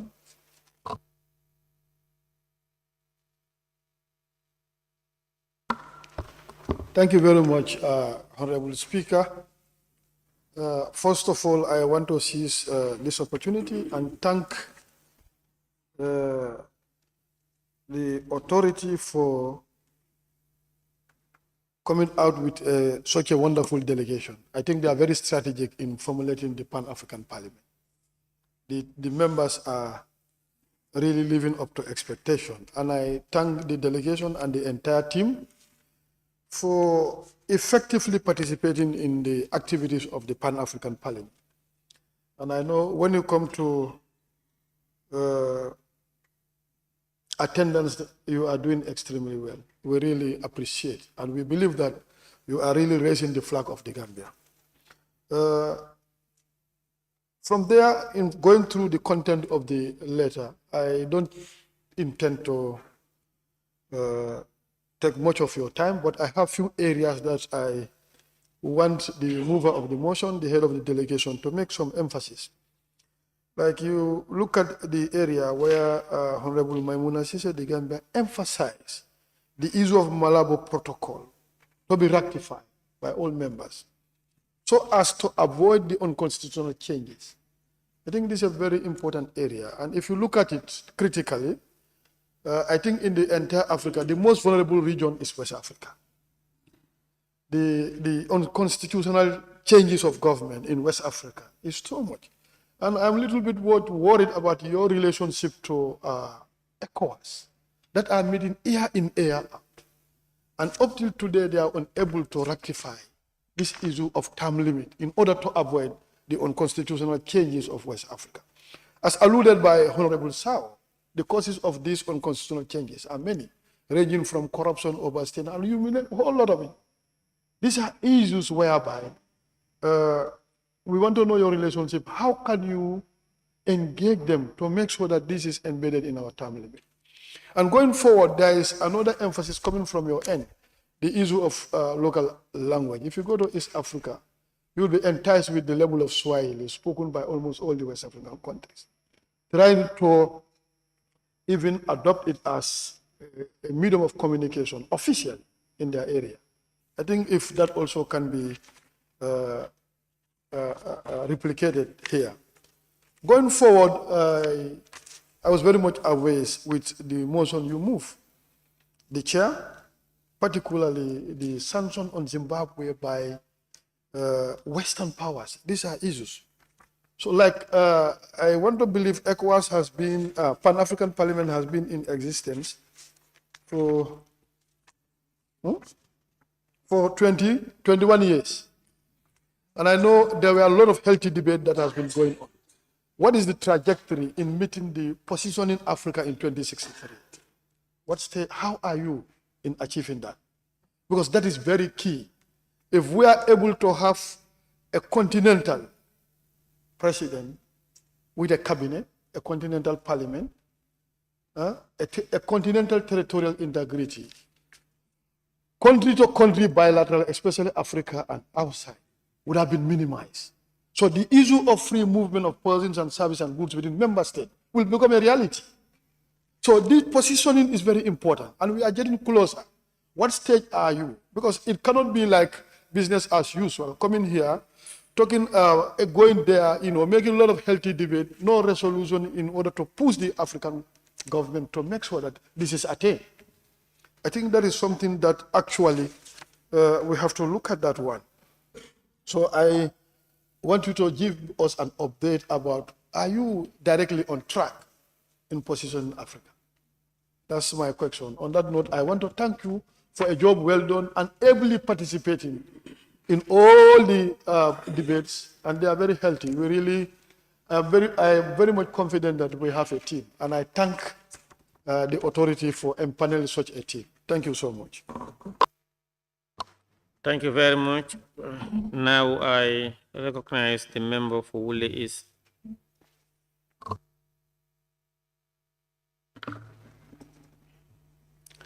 Thank you very much, Honorable Speaker. Honorable Speaker, I want to thank all the members for their participation and the compliments that they have given to the committee. Actually, this report is more like just main points. But the delegation almost in every activity that took place during that period, and play a crucial role in all the debates. But I want people to focus more on the resolutions and the annex that was put on this, because that will give you the detailed report of what actually happened there. I believe next time we'll make the report bigger. I believe during this sitting, the resolutions were very much debated. And what the Pan-African Parliament really wants to do is to create model laws so that other parliaments can take that up and also improve on their laws. For example, when you come to the law on policing in Africa, you see that we were able to copy that.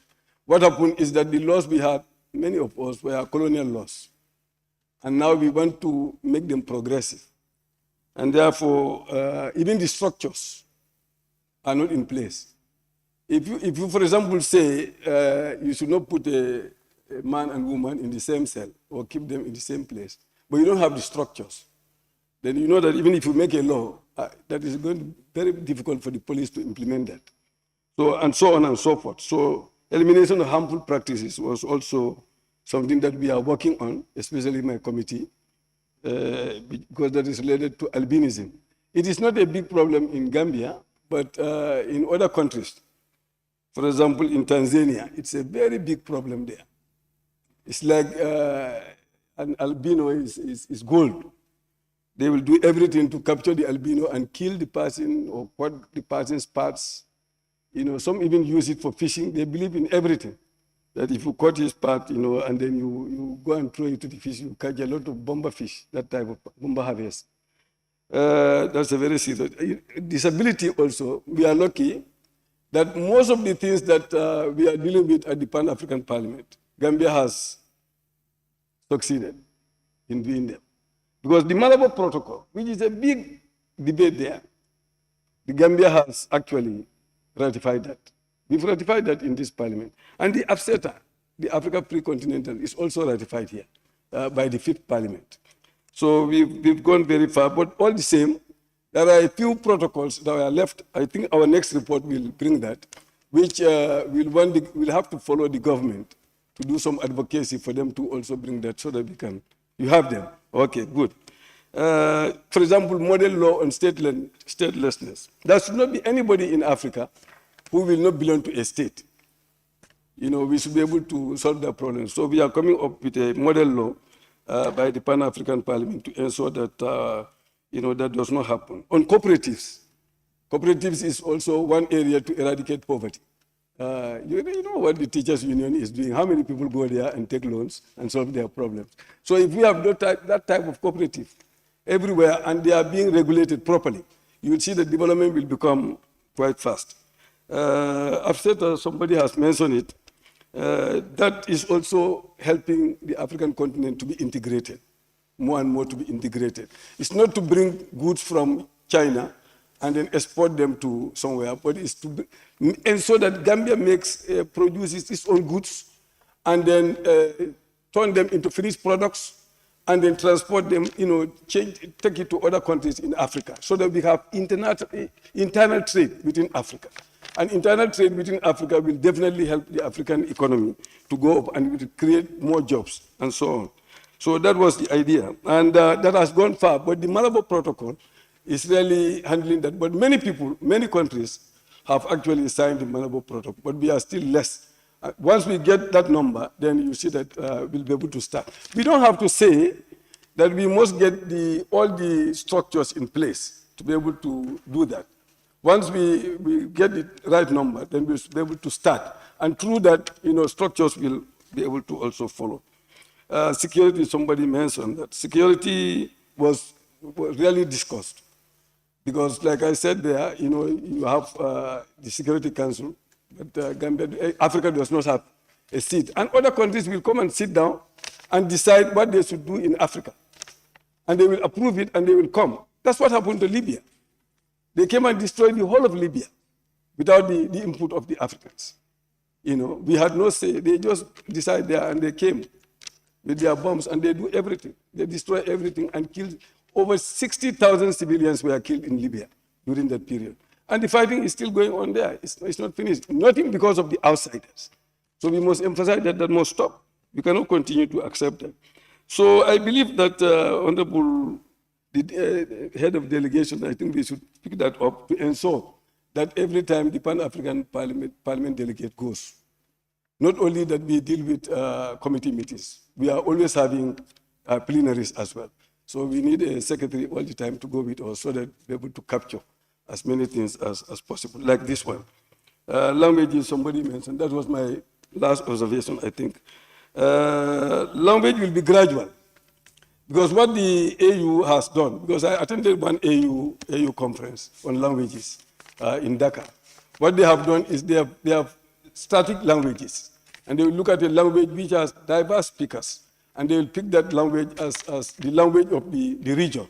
For example, in West Africa, Mandinka was selected. Because Mandinka, you have the Bambara, you have the Bamanang, how do you call it, Mandinka, and then you have the Julakang.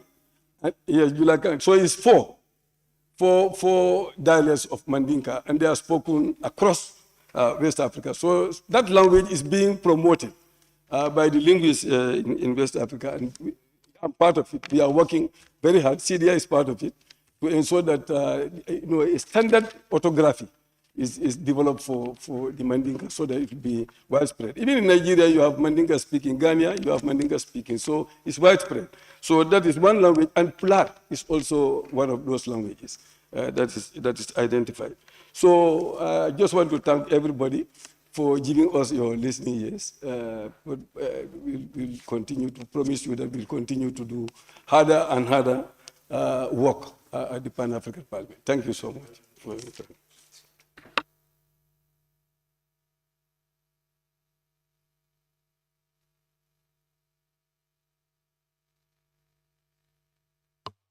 Thank you very much, member for Woolly East. I now recognize the member for Sami constituency. Thank you very much, Honorable Speaker. I thought that the Honorable member for Woolly East would have been the last, but notwithstanding, thank you very much, Honorable Speaker. I want to thank the delegation and all the members who participated in this. Honorable Speaker, it's a very good report. And we have seen all of them, their participation in the report. It's a very good report. And Honorable Speaker, the reason why this is formed is simply because to look at the issues in African countries and how best they can brainstorm those issues to be solved. That is the main idea of forming this Pan-African Parliament.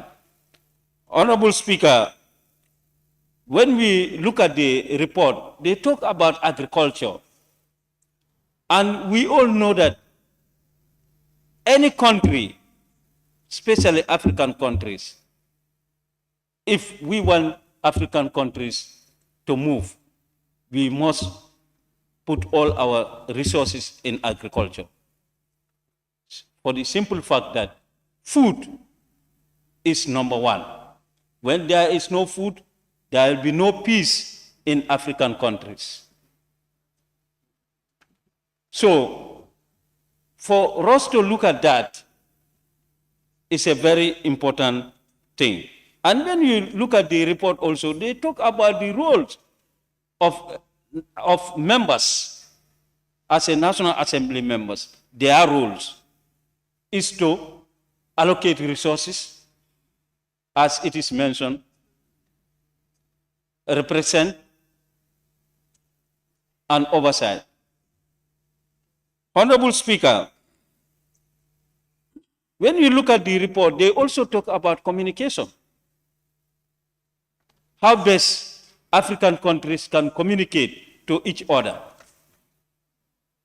But when we look at our own case, Honorable Speaker, as I am speaking right now, that is a law in our constitution. As I am speaking, my people, most of my people, they don't know what I'm saying. And they are the one who voted me in to represent them here. I think what we should look at our laws. We should look at our laws. We change so that what we will be speaking here, our people will understand. And the law made it clear, there is no obstacle for anybody to contest in election. If we want to say always, yes, we should reserve seat for women, there is no obstacle there. There is no obstacle. I'm very much happy when I saw in their report, one of the honorable member, Honorable Kingston in Malawi, I quote, he said, also urge women to learn to love each other and refrain from oppressing each other. I think that's the only thing. Yes. There is no obstacle there. They are free to contest in this position. Rather than others saying, yes, we should reserve others for women so that they can also participate. It's a free distance. So on that note, Honorable Speaker, we must thank the committee for a job well done. So thank you very much. Thank you very much, Member for Sami. I now invite the member for Nyamina Dankunku. Thank you, Honorable Speaker, for giving me the floor. Honorable Speaker, let me also join my colleagues to thank our Gambian delegation to the Pan-African Parliament. In respect also, I also thank the head of the delegation for actually presenting a very comprehensive report. I will just delve with a few issues, Honorable Speaker. The report, first of all, talk about the issue of undemocratic change of government, which I wanted to throw light on, especially when it comes to West Africa as a region. Among the 15 West African states today, there is three undemocratic change of government that happened. That is Guinea, Mali, and Burkina Faso. Exactly. Sometimes these issues are debated almost in every parliament. What are the causes? Sometimes there was a time they said, okay, even the members of parliament are part of it. Because when it comes to changing of constitution, to prolong a term, it's only parliament that change the laws. That's what happened in Guinea-Conakry, when the then president wanted to change the constitution to prolong his mandate. So members of parliament also were part of it, because without prolonging it, without amending it, without amending the constitution, it could not have happened. So in general, it is an issue that almost everybody is a player. Honorable Speaker, we are discussing a report from the Pan-African Parliament that is housed under the African Union.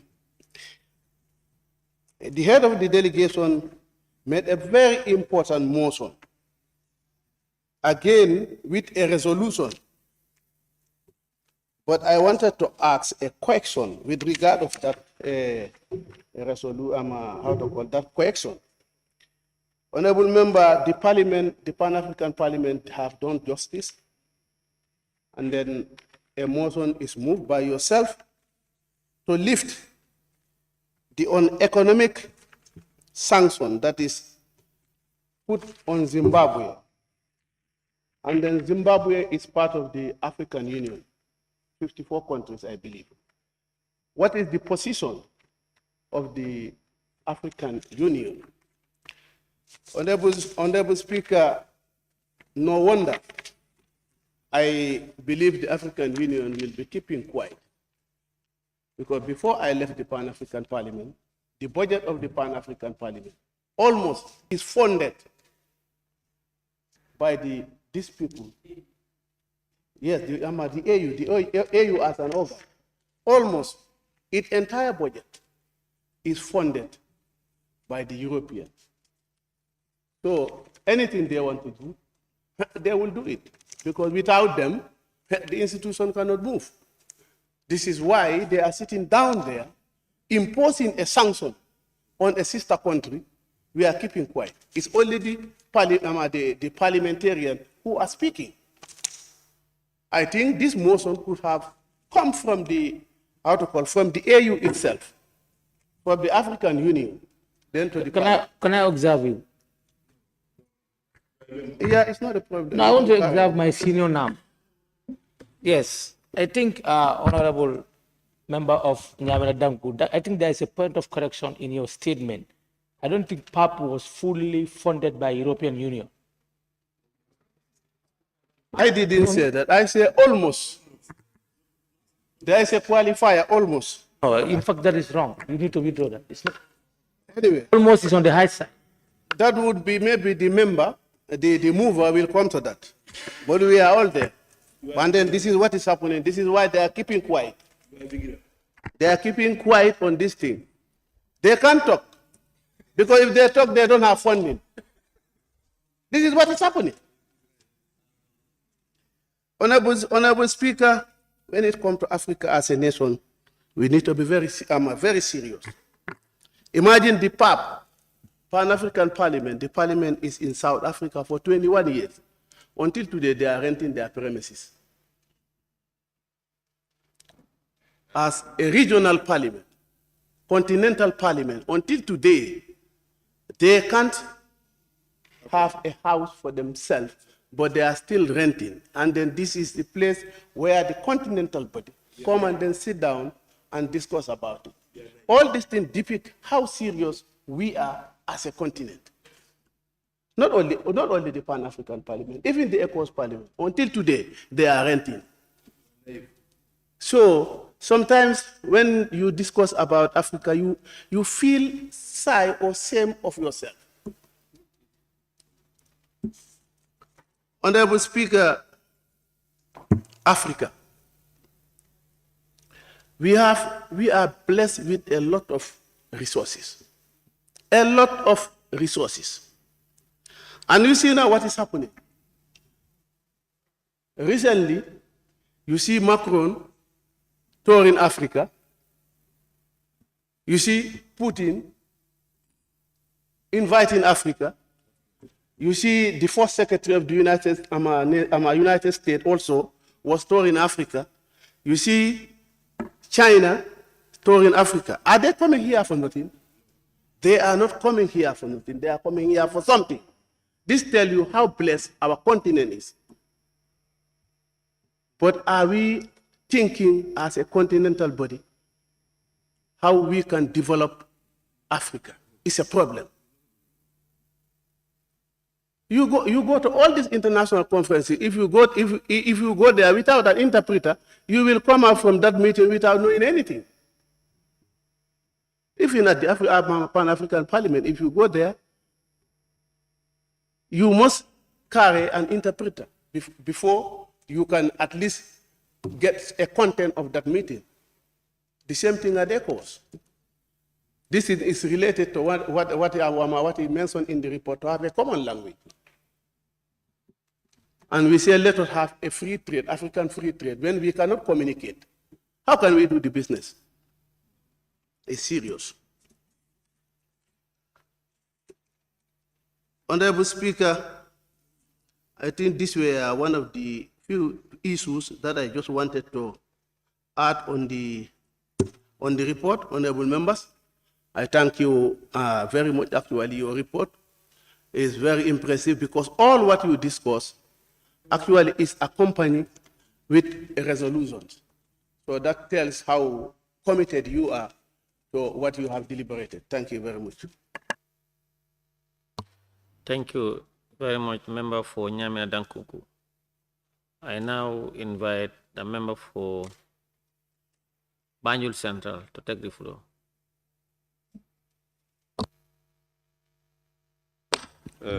Thank you very much, Honorable Speaker, for granting me the opportunity to make my input pertaining to the particular report here at hand. I will first of all like to thank the team from PAP for a very well written and comprehensive and succinct report. The presentation was top-notch, I would say. Key things have been taken from the report, most especially lifting, passing of the motion by Honorable Mbo with regards to the lifting of sanctions in terms of Zimbabwe, but also Honorable Suaidu Toure in terms of the foreign intrusion aspects, which are also key problems within our region, and also Honorable Obadibu, who also shed light on the coups that have been taking part, the undemocratic processes that have been taking due turns in African continent, but also, most importantly, highlights of the persons with disabilities also. They are also part of the key highlights, which is very important because most of the time, they are not usually part of the conversation. Honorable Speaker, most of the members here have, I would say, alluded in detail as to most of the things we wanted to say. I would just like to shed light on few things that I think is worthy of note, of being taken note of. In terms of the labor migration aspect, I think most of the time it has to do with our internal governance processes, right? Because we have to be able to understand what are the root causes, why this mass exodus of young people willing to risk their lives, actually, with all the comfort they are having here, to, I would say, foster for greener pastures outside that doesn't even exist. Because most of the things that they are chasing are just illusions. Because if you happen to go to the other side as well, they are also struggling. So I think there's a misinformation gap that is taking place. But also, I think they also lack the, I would say, the sectoral furnishing of being able to have that conducive environment to at least be able to, explore certain sectors to be able to at least take care of themselves and their families. Most members here mentioned the idea of the intra-Africa trade aspect. I think it will be very hard since we don't have a common currency. Because even if we do our level best to make sure that we come together in making sure we find strategies to be able to coordinate our trading routes and trading processes, we are controlled by foreign currencies, and they sometimes are high, sometimes they are low. And when they are high, they have effect on our processes, and when they are low, it's the same thing. So I think we need to find common ground in terms of our trade processes. One way we can do that is to have a common currency. It has been tried and it has been failing ever since. So hopefully the mover of the motion can also shed light as to how far they are on that. Honorable Speaker, it is quite sad that in terms of the African continent, it's just like business, I would say. Like when you engage in business, the idea is for you to make profits, right? So one can't understand why we are giving loans year in, year out, grants, among other, incentivized processes. but still we are as backward as ever before. Then there is a problem with the processes or the attachments within these grants or these loans that we are given to. Are we making agreements that we can't really keep up with? We also have to start looking internally rather than just looking at it on a broader perspective. Some members did mention in terms of the visa requirements, like to travel to other countries. Some have taken South Africa as an example. Really, it's inexplicable because we are all one African bloc, and it really doesn't make sense why you have to require a visa to visit another African country. But from my own take in this is, I think there's a kind of an ELYSIS system that is going through, whereby countries term themselves in terms of the hierarchy, I would say, in terms of the resource base that they have, or how, I would say, westernized they are, as we call it now in the current era, how civilized you are. So let's say, for example, during the xenophobic aspects in South Africa, like you would see South Africans, sorry for saying, but they would attack foreign nationals just for the fact that they said that most of them are taking their jobs, which doesn't even make sense, right? So as a continent, we really have problem because we can't even, be civilized enough to find common ground, which means there's an ELYSIS system that is attached within even African countries. Like there's an inferior or superior complex that is attached in between, which we really need to look into.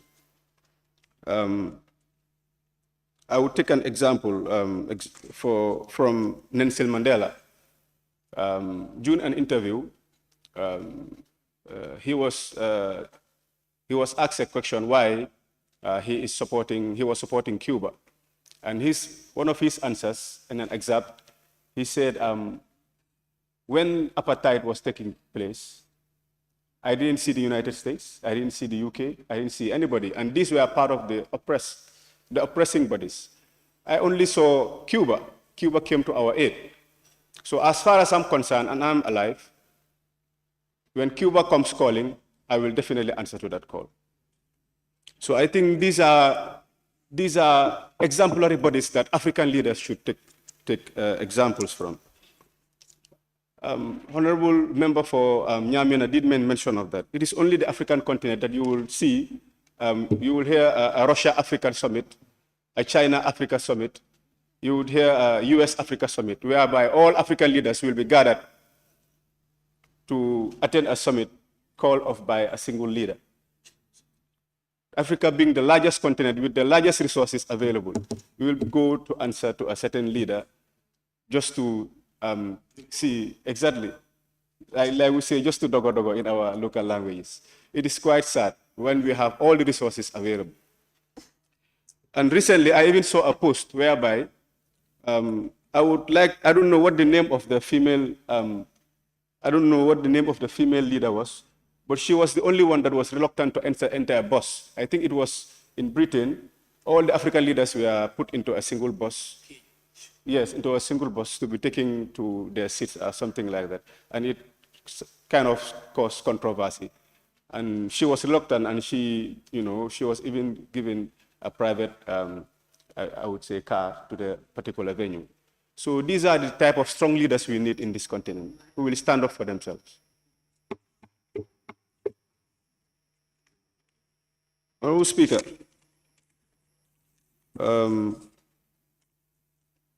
I think in terms of the National Assembly here, I think we are the, I would say, highest authorizing body in this country, and we make laws.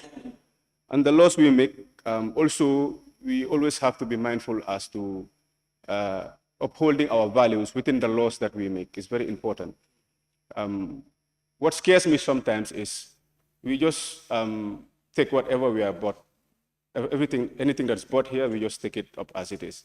I think even in our scrutiny, we have to try our level best to make sure that while scrutinizing certain things that are bought here, we do it with due diligence, but also in considering our social and economic values and cultural values If it's not in conformity with our socio-cultural values, let's strike it out. We should be bold enough to take certain decisions here, Honorable Speaker.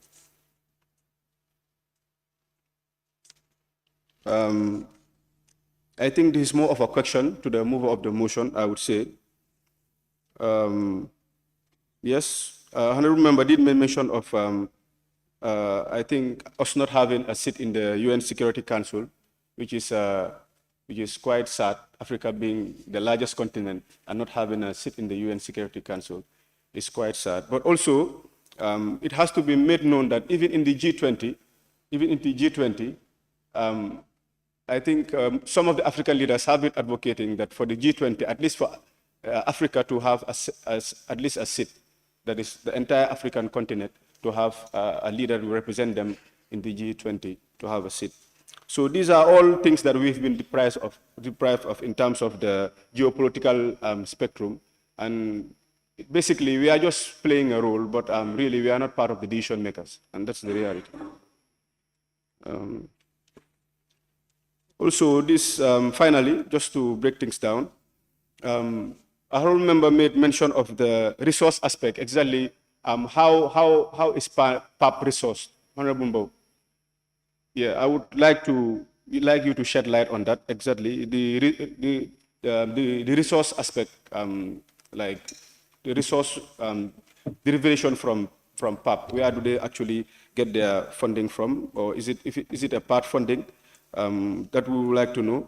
And also, since it's been 21 years since its existence, we would also like to know how far does the recommendations and the resolutions made at PAP, how far do they go? Because, sorry for saying, Honorable Njai, the AU have been, have been criticized as being called, I would say, a toothless bulldog. Like, they just exist, but they don't really have, you know, powers to execute certain things or push certain things for the continent, I would say.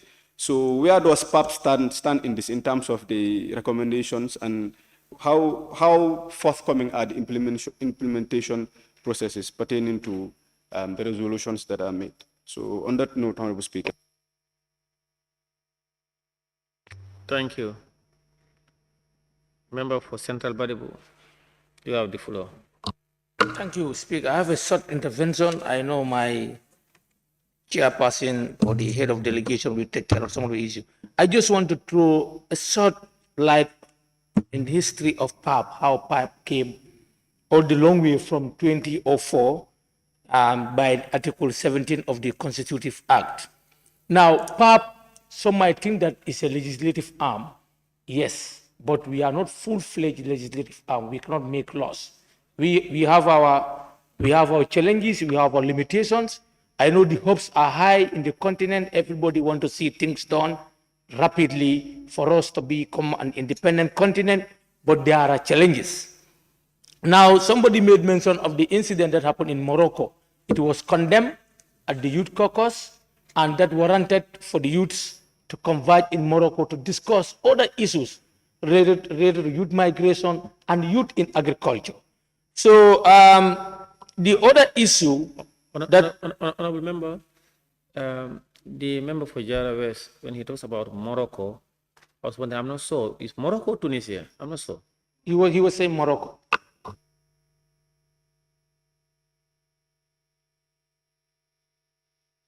He was referring to Guinea and the other countries repatriating their citizens. Migrant. I think that happened in Morocco, in Tunis.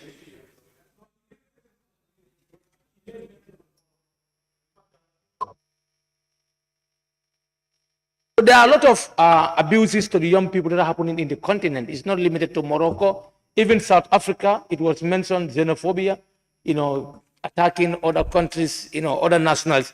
But we have a fundamental role to play as a country. Our foreign ministers, there are certain protocols, there are certain important roles that they need to play for PAP to be functional. So we are appealing to the foreign minister when they go to Addis Ababa, some of these, you know, issues that are raised, for them to also give their support.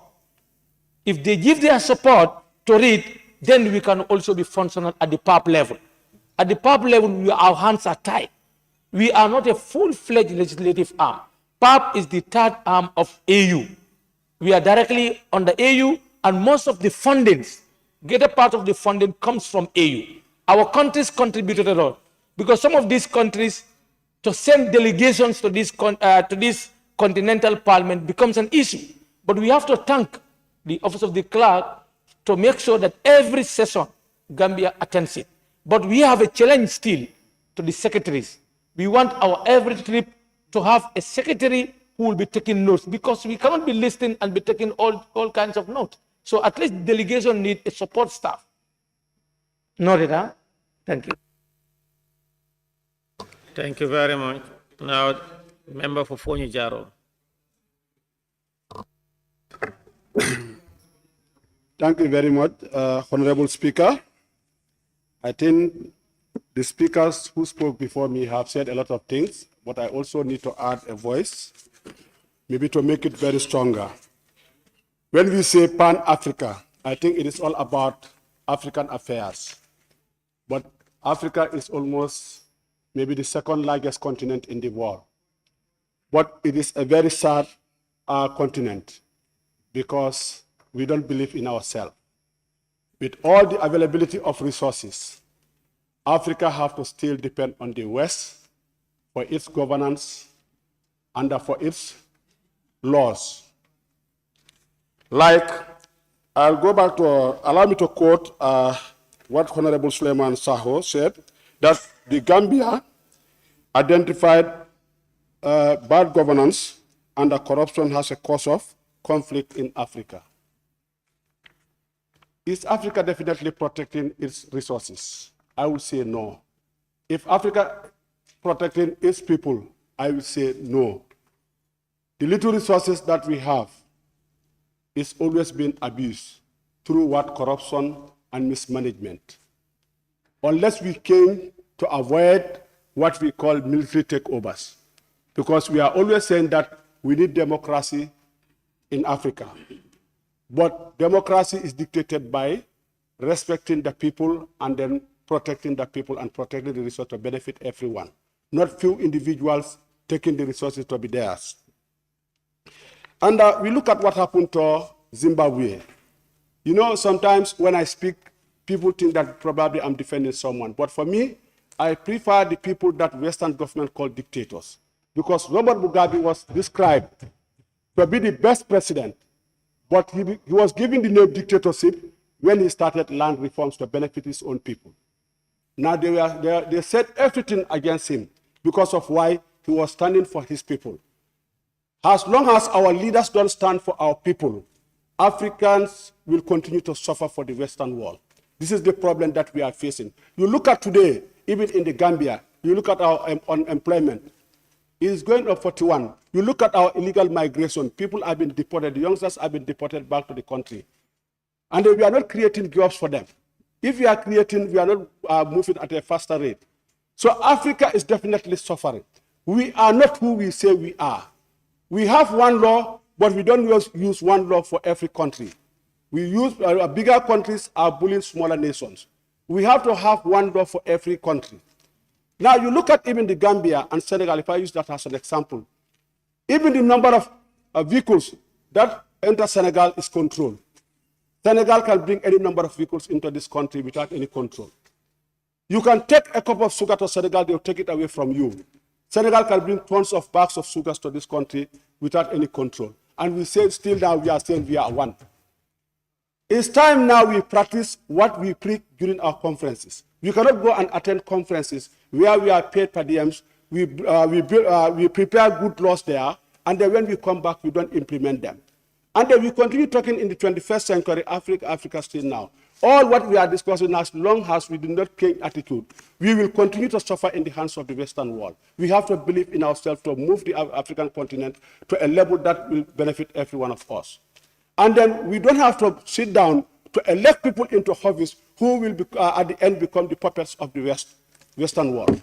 We have to continue to believe in ourselves.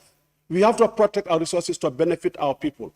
We are told that Africa has the largest resources, second largest resources, or I don't know whether first largest resources in the world. But with all that, do we benefit from them? No, even jobs we cannot create. How many people have been migrating to the Western world? They take risks of their lives. How many people are dying? You look at now, we continue depending on the Western world. Even our laws are not dictated by our culture, norms, and values. Our laws are even dictated by the Western norms and values. Anytime we don't comply with them, we go under sanction. How many African continents will stand by Zimbabwe when they were sanctioned? Everyone was feared even standing against the sanction. And now we are talking and we'll continue talking, the sanctions should be lifted. For another 5 years, this sanction will still continue remaining there. When we all know that it is illegal to sanction Zimbabwe, because why was Zimbabwe sanctioned? I always tell people, Nelson Mandela is respected throughout the whole world because why? He did not pay back what they have done to him. Because during the apartheid, what they have done, the blacks, if at all he has paid back, he will never be called the best leader in the world. But he was able to learn to forgive and forget what has happened. This is why they crown him as the best president of this world. But Africans, any president who wants to stand for his people, he will be given the name dictator. And they will be there to go with the Western world dictator. Sometimes some of us cannot even interpret what the word dictator even itself means.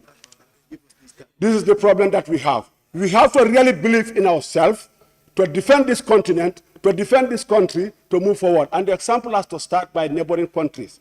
If Senegal and Gambia cannot even trade among themselves, what are we talking about? You take a cup of sugar to Senegal, it's taken away from you. They can bring tons of bags of sugar into this country. Nothing happens to them. You go there, you have to pay lesser pass and others. You come to this country, it's free of charge. And then we're still talking about one people. Which one people are we talking about? We cannot be continue to, other bigger nations cannot continue bullying us. We have to make a stop to everything. We have to practice what we say we are, what we discuss at our seminars, what we discuss at workshops, but not just discuss them, prepare good laws and then lock them as if laws will work in isolation. No law is going to work in isolation. We have to make sure to drive those laws to achieve what we want to achieve. And then I just rest my case. Thank you very much. I now invite a member for Bunu Kakunda to take the floor. Thank you very much, Honorable Speaker. I think I just want to be very brief by trying to thank the head of delegation and members of the delegation of the PAP for ably representing the Gambia as a country and also the continent of Africa.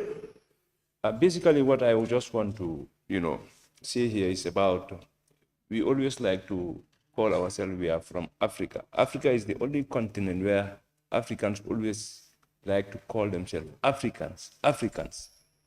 But what are we doing for our continent? And what are we doing for our country? Because sometimes we do blame the Western, but sometimes for me, I don't want to blame them because they came here, they took everything and they make best use of it. And the resources that we're talking about are still available in Africa. Are we still using those resources to develop and uplift the life and livelihood of our people and the continent? Part of the report, I understand they want to come up with a common language, which I understand, for communication purpose. But in Africa, in our various countries, what are we doing as far as our own parliaments are concerned? Because the language that we are speaking here is a foreign language. So now if you want to take that to a broader term, like to pack it to the whole Africa, to have one common language, I think that is not possible.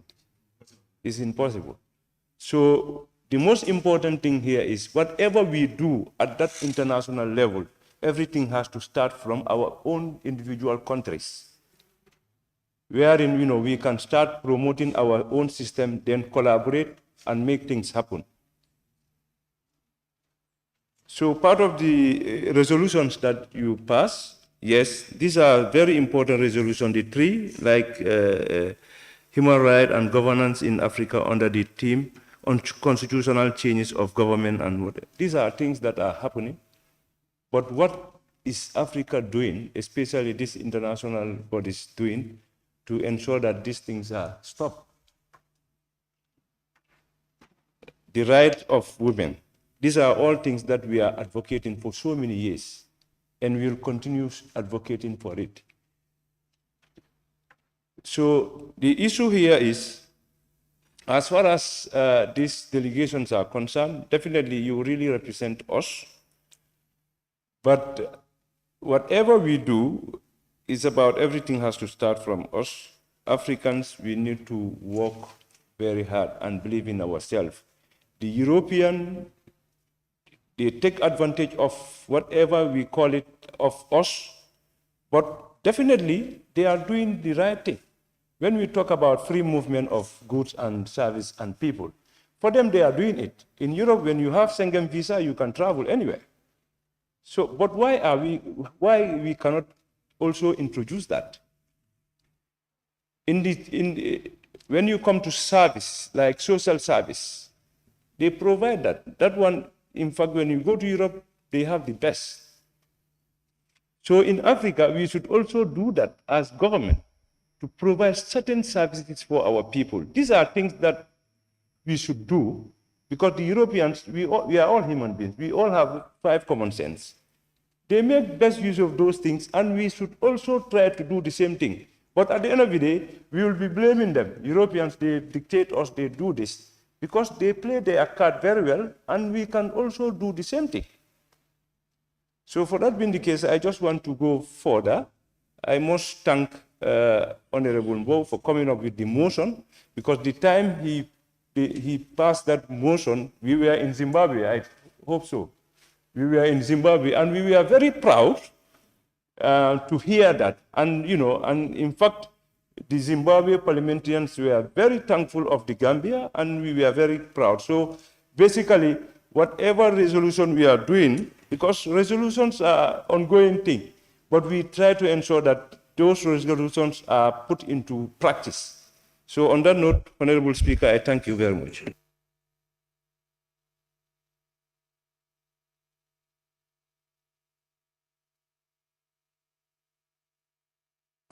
Thank you very much, Member for Bunu Kakunda. I now recognize the Member for Banjul South.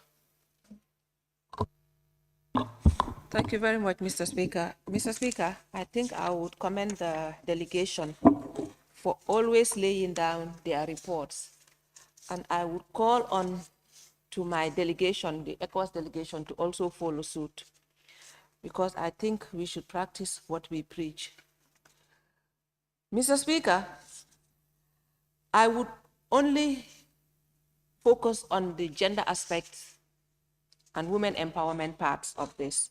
And I will applaud my colleague, Maimuna Sise, for having made emphasis on the importance. But I will also call on to this assembly to make sure that we work together and work on reintroducing the Constitution amendment that would enlarge this parliament to accommodate extra seats for women. Mr. Speaker, I'm just coming from a forum in Sierra Leone. A few years ago, I shared our bill with them, and their executive, with the political will, took it upon them to ensure that that bill was made into law before their elections. I think as a parliament, we will commend the government of Sierra Leone for that. And also to follow suit, I am appealing to my honorable colleagues and the members of the Gender and the Children's Welfare Committee to take this up as a committee bill and make sure that we pass it and accommodate women as is emphasized on this report. Thank you.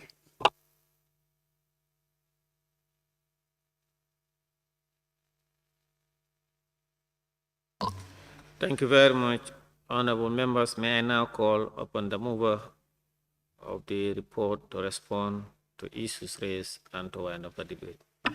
Thank you very much, Honorable Speaker, and thank you very much, honorable colleagues, for the feedback you've given us on this report. And I think it's just going to make it better for us to ensure we improve upon what we have laid today. But overall, I think the responses were really very positive. I'm going to try to make a general, response because of, again, it was almost like cross-cutting, particularly with the issue of Zimbabwe. I think it's important for us to understand, if you understand the genesis of Zimbabwe and how those sanctions were actually put on the country, it's not only actually affecting Zimbabwe, but it's actually affecting the entire region, that is the SADC region. If you look at the country, what the presidency or the executive were trying to do, the land ownership in Zimbabwe has been an issue since before independence and until today, there has been an issue. Now, during the reign of the former president, I think there were some agreements even before getting their independence. Because what happened is almost 75% of the land, or arable land, we can say, was actually owned by a small percentage of the population. That is the white Zimbabweans. So once they gain independence, then the people of Zimbabwe, then they start to react to ensure that there's redemarcation and reallocation of land to the citizens of Zimbabwe. So when the late president started to do that with a lot of pressure from the people of Zimbabwe and from the African countries, that there's a need to redistribute, there's a need to redemarcate lands in Zimbabwe, that's exactly where the problem started. Because it's going to be very unfair for any country to have almost like 10% of the population to control 80 to 90% of the land. I don't think that's really very fair to any African country. And that's exactly what the country Zimbabwe was trying to fix. And they end up being sanctioned unfairly.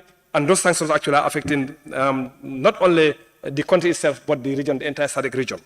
And that's the reason why I decided to move the motion, where we can call all the African countries, all the African heads of state, to work together in order to lift those sanctions. Now, we, being the members of the Pan-African Parliament, we've actually done something before also for the case of Sudan, or their sanctions. We worked together. We had a delegation that was sent to the United States where we met with several legislatures. We were able to come up with very positive results, and within a few months, those sanctions were lifted. And that's the plan now. We plan to also make another delegation to various countries, including the United States, including the European Union, to see how best we can work together to lift those sanctions, to alleviate some of the issues that is on the heads of all the people of the SADC region. That is really the genesis for that particular issue. Now, the advocacy for oneness, I think is quite important. That the African continent, what we are trying to do, that's the Africa we want. And that's the reason why just last week, we were in South Africa. I even actually mentioned that we must define the Africa that we want. If you say we want the Gambia to be like this, there must be some definition. What is the Gambia that you want, or what is the Africa that you want? It's not just mere talking, but there we must put objectives and then measure. Where exactly are we going to?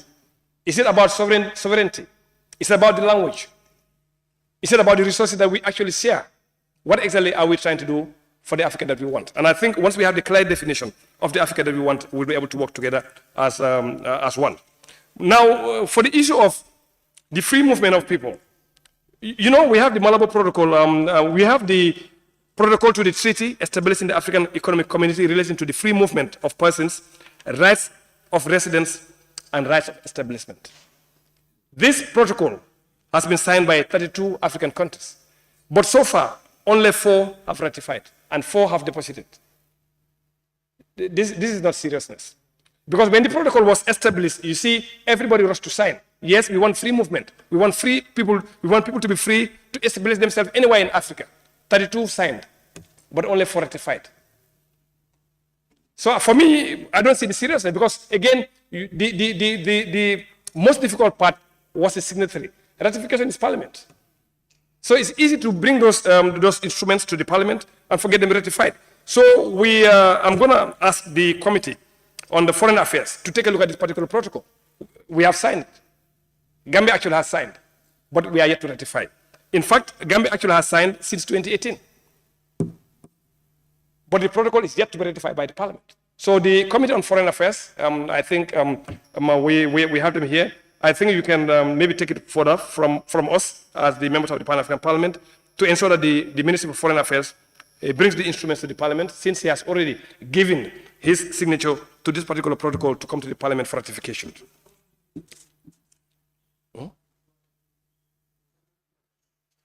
No, the seat is empty, that's why I refer to the other members. Yeah. Okay. Going right along, Honorable Speaker. I think members do mention about the free movement of people, especially the visa regime. That is quite right, because we actually have to apply for visa to go to South Africa. And that's exactly where the Pan-African Parliament is. What an irony. Actually, the 4 members, actually, for me, I'm carrying the AU passport. That's why I don't need to have a visa. But the other members, they have to, in fact, and there's a lot of time that is spent to go to Dakar, apply for the visa, you come back, and then we get the protocol to go back to Dakar to collect the passports for us to go. And that's exactly where we sit, the seat of the Pan-African Parliament in South Africa. I think, again, there needs to be, we need to do something.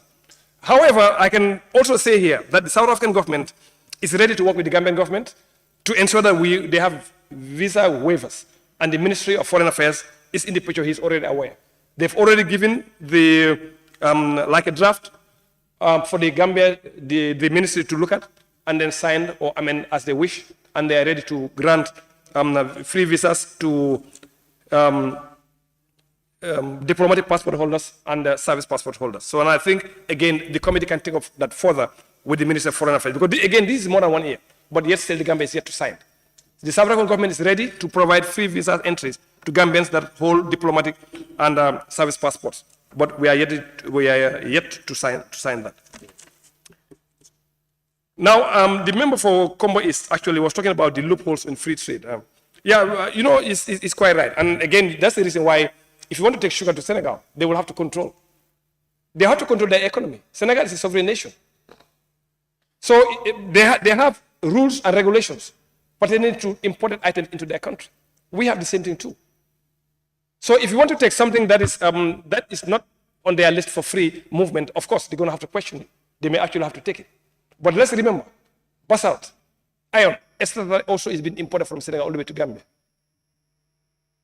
So every country, as a sovereign nation, you also have things that you do to protect you protect your businesses as well. They produce sugar also. They also import sugar, but theirs is more expensive. And that's the reason why people take it from Gambia to Senegal. And it's still now, it's cheaper in the Gambia to buy the sugar than in Senegal. So if you want to take the sugar from Gambia and expect that it's going to be free of charge because of the free movement we have in the ECOWAS protocol, we may have some issues. Because they have to protect their businessmen as well, just as we protect our own. You remember some time ago with the cement issue, when we have manufacture of cement in the Gambia here. What happened if you want to import cement from Senegal to Gambia? There are some taxes you have to pay, because we also have to protect our own here, GASM or any other industry. So it's across the world, institutions or countries would actually protect their suppliers or protect their businesses from these importations. Otherwise, you have a lot of issues. And to go along with the African Continental Free Trade Area, true, I think our biggest problem actually here is about monetary. That is currencies. We are using dollars, some are using cedis, some are using all kinds of currencies across. So trade is an issue. However, what the African Union actually is doing right now is they've created a payment platform called PAPIS, which is the payment and settlement system that they actually create, just like the SWIFT, like our banks here use. That actually allows transactions to be run from Gambia. You send money to US, Europe, or whatever it is. That is the SWIFT. That is not owned by the Africans. So what the AU is coming up now is their own payment system called PAPIS. They've actually done some tests from Ghana to Nigeria, and the transaction actually went particularly fine. So regardless, Ghana is using cedis, Nigeria is using Naira. So when this is implemented fully, again, you can trade with somebody in Ghana or trade with somebody in Nigeria without the use of the USD. However, there are issues. That is the SWIFT, which is actually owned by companies in the United States. They're trying to see how best they can work with PAPIS of the AU. But the Pan-African Parliament, the last session, we said, let them be careful and let them not allow any interference in this payment platform, because they know the potentials the Africans tends to generate by having their own payment platform. Some of you that actually have Visa cards or MasterCards or Amex or whatever card that you have, when you go outside the Gambia, you use those banks. You pay a fee. Where does that fee go? If you use your Visa card, it goes to Visa. So essentially, we as Africans, we have the market. But then we don't have the infrastructure that would allow us to be able to work among ourselves, particularly in payment systems. So you see in Gambia now, when I have EcoBank, I can use an ATM with Trust Bank or any other bank. Fine. That is the payment system we have in the Gambia that's interconnected. That's the same thing we want to do with the African continent, where the purpose will interconnect all of us that we can use. And whenever there's any charge, the charge or the revenue stays within Africa. And that's the way we should be thinking as Africans.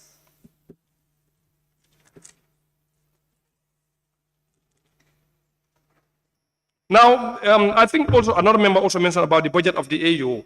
The member for, I think, BANJUL. Yeah. The Pan-African Parliament budget, Pan-African Parliament is an organ of the AU. So essentially the budget of the Pan-African Parliament comes from the budget of the AU.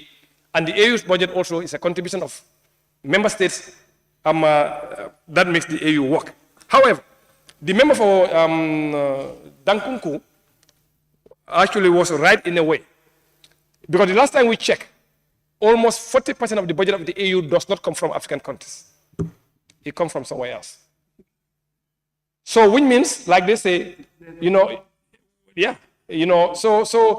a good chunk of the budget of the AU does not come from the African countries. The European Union and others, they support them. So where are we? So meaning, if we want to do anything, we would have to get their permission. Because they are making us survive as a continental body.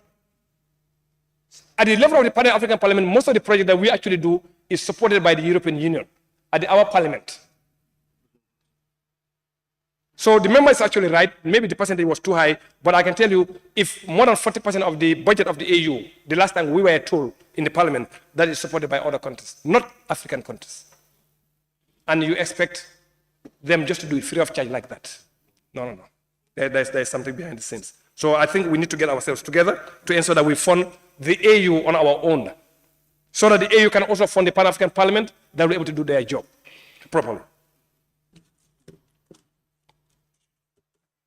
Now, the other issue was about the language. I think that was from a member for Sami. Yes, you are quite right. I'm over here talking, and my people in Upper Salem, they have no idea what I'm talking about, most of them.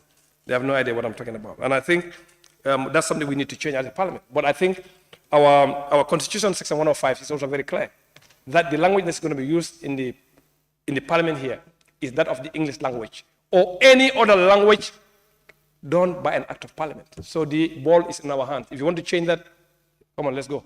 We can do it. So the language we speak here, we can say, but again, let's remember one thing. It's not like easy like that. There are infrastructure that you actually need in the parliament here. There are equipment that you need. There are translators that you actually need to have to be able to do that. But again, it's on us. If you want to do it, let's tell the office of the clerk or the authority to start the work on it and do the research and see exactly what we need in terms of money, in terms of equipment, what do we actually need to make it happen. And I'm glad to make that happen. I would rather stand here and speak in Wolof so that people can understand what I'm talking about. Or I would rather stand here and speak in Mandinka so that people can understand what I'm talking about, but not this foreign language that divides the African continent.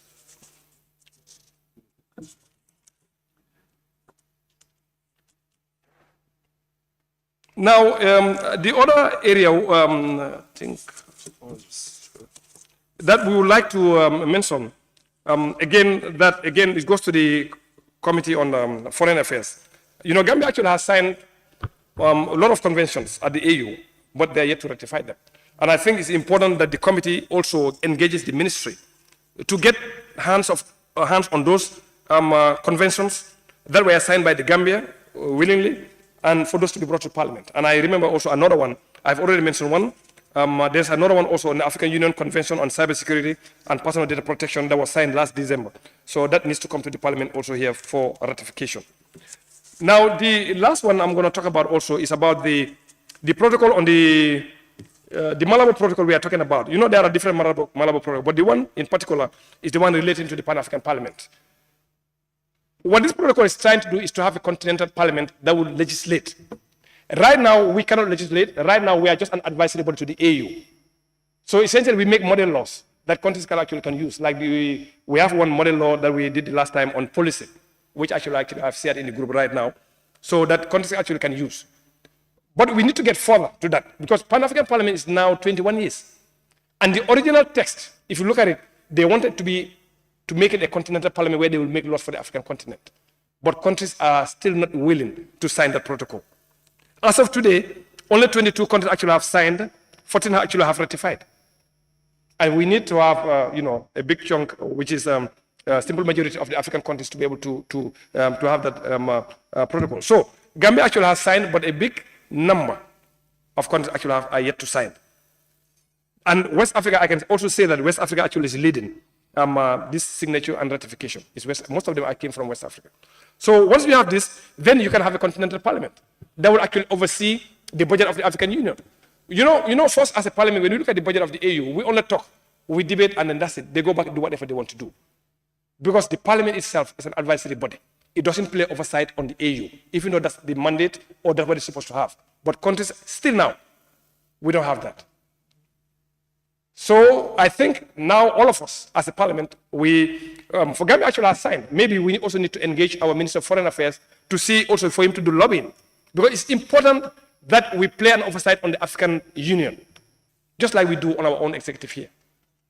Their budget, they come up with anything they want, because you have the various organs, the assemblies of state, then you have the foreign ministers, then you have the Pan-African Parliament, and then other AU organs all over the place. But our responsibility also is very limited because we don't have the powers. The countries actually have not given us the powers to do so. So I think it's important now that we lobby and get this protocol signed by all of us so that we can have a continental parliament like the European Parliament that actually play a critical role in governance across the European Union. Now, I think the member also did mention, mentioned about the security issues. Yes, definitely we have security threats. But most of these things also is as a result of each of us looking at your own individual sovereignty only, not think about the global perspective, like coming together as one continent. Gambia is Gambia, Senegal is Senegal. But if you come together, work together like AU, where we can also have our own forces that would help us to protect ourselves. But a Gambia in Senegal will be called a foreign. A Nigerian in Gambia will be called a foreign. How can an African be a foreigner in the African continent? I think that's where we have issues. So I think we can come together, we can work together.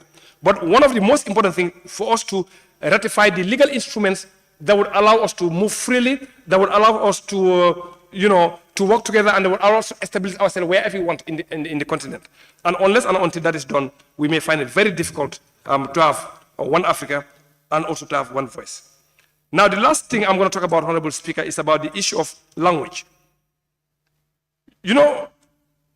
We speak different languages. And I think in sometime in 2018 or 2019, I made this observation that there's African Union needs to do something. We have various languages in Africa, official languages. One is Swahili. We have 16 million speakers of Swahili in the African continent as their native language, as their first language, 16 million. Then we have 82 million that uses as a second language. So there you are talking about close to 100 million of people in Africa that actually speak the Swahili language. Why can't we start teaching our children the Swahili language across the continent? But we start using English, sometimes even judging us, oh, this English is bad, this English thing. What is that? Somebody's language. You want to judge me that I should be a professional in English. So for me, that's why, when you can speak any, you can break it. Let the Queen do something to you, fine. But our main language in Africa, that's what we should be, looking at. Another language also is about Amharic. That's the one used in Ethiopia. About 32 million speak the language as natives. Then you have another 25 million that uses it as a second language. You go to Fulani, also the same thing. So for me, I think there's a need. And I think our Committee on Education, fortunately I'm the chair also, we need to engage the ministry to see what we can do to adopt one of these languages in our curriculum. Not only our local language is fine, but we need to also look beyond Gambia also and Senegal. Let's look for a language that actually can join us together. Since AU actually has recommended or has recognized Swahili as an official language, why can't we start teaching Swahili instead of pushing our people to speak French or any other language? And I think there's a need for us to look at that. We have millions of Africans that are speaking those languages. And if you look at East Africa itself, you have almost all of them in East Africa speaking swine, almost all of them. Now, what do you think to trade between those East African countries is going to look like? It's going to be much easier because you can speak the same language, on the same understanding. Then, when the currency comes in, it even makes it better. So I think, let's think, but above all, let's act. Let's reduce the talking and then do more to bring the African continent together. On that note, I want to thank everybody, and most especially for our committee clerk, Mr. Kaba, that went with us. I think the report really, we didn't change much on the report. So really, the report was really excellent, and we want to thank you once again for this brilliant report. Thank you. Thank you very much, Honorable Member and Head of the Delegation, for ably representing the Gambia and for that wonderful report and presentation. Honorable members, be it resolved that this Honorable Assembly do adopt the report of the Gambian Delegation to the first ordinary session of the 6th Pan-African Parliament, 24th October to 10th November 2022 in Midrand, South Africa. Those in favor, please say aye. Those not in favor, please say no. The ayes have it. Clerk, you may proceed. Bill Order 72, consideration stage of the Mutual Legal Assistance in Criminal Matters Bill 2019 by the Honorable Attorney General and Minister for Justice. Honorable members will recall that at the request of the Honorable Attorney General and Minister for Justice, the Mutual Legal Assistance in Criminal Matters Bill 2019 was carried over from the 5th legislature to the current 6th legislature from where it stopped in the previous assembly. Accordingly, the consideration stage for the said bill is scheduled for today. Honorable members, it is for the information of this assembly that the Standing Committee on Human Rights and Constitutional Matters, during its consideration of the bill, made extensive consultations with relevant stakeholders and reproduced a clean version of the bill, which was circulated and deposited in your respective pigeonholes. However, during the consideration stage, members shall have the opportunity to give detailed consideration and scrutiny to every clause and schedule in the bill. This stage also provides the first opportunity for amendment, provides members the opportunity for amendments to the bill to be debated and voted on. I will now therefore resolve the Assembly into committee of the whole Assembly to give consideration to the bill. That is the Mutual Legal Assistance in Criminal Matters Bill 2029. Yes. Honorable Member for Serekunda.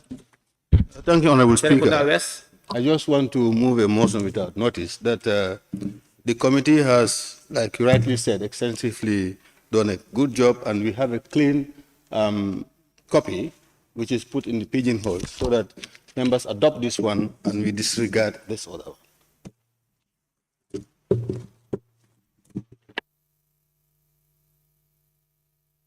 Yes, I think I said that in my intervention. I indicated that that committee, yes, that provided, we have reproduced and provided a clean bill to all members.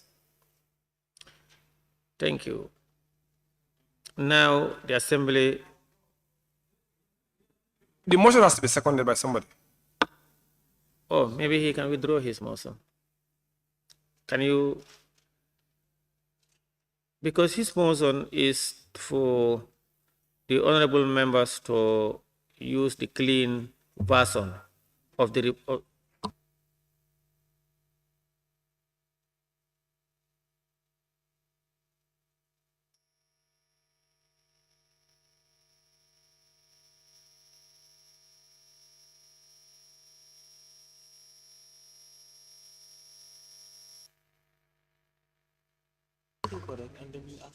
Honorable member for Serekunda West, you want to maintain your motion or do you want to withdraw it? Really, I want to maintain my motion. It has been moved. Any seconder? You, Honorable Speaker. Seconded. It has been moved and seconded that this assembly adopt the clean version of the report of the bill as presented by the Standing Committee on Human Rights and Constitutional Matters and disregard the old one. Those in favor, please say aye. Those not in favor, please say no. The ayes have it. Now the assembly resolves into committee of the whole house to consider for the consideration stage of the mutual legal assistance in criminal matters bill 2019.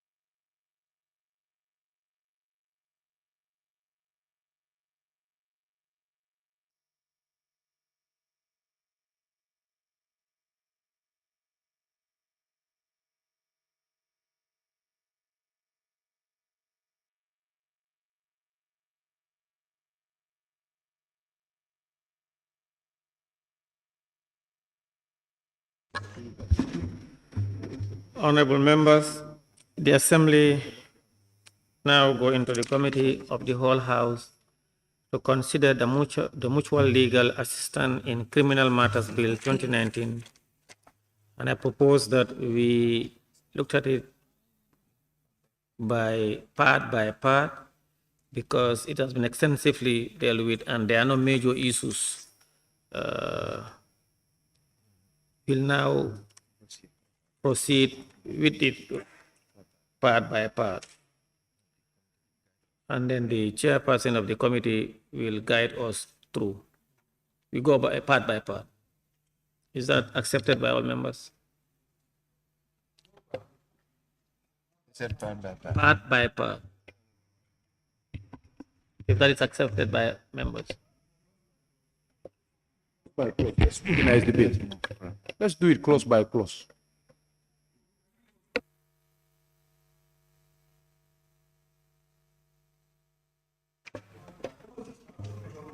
No, if you have issues in clause, you raise it. Because the clause is within the honorable. Understand. That doesn't mean you are jumping the clause. Clause is out within the part.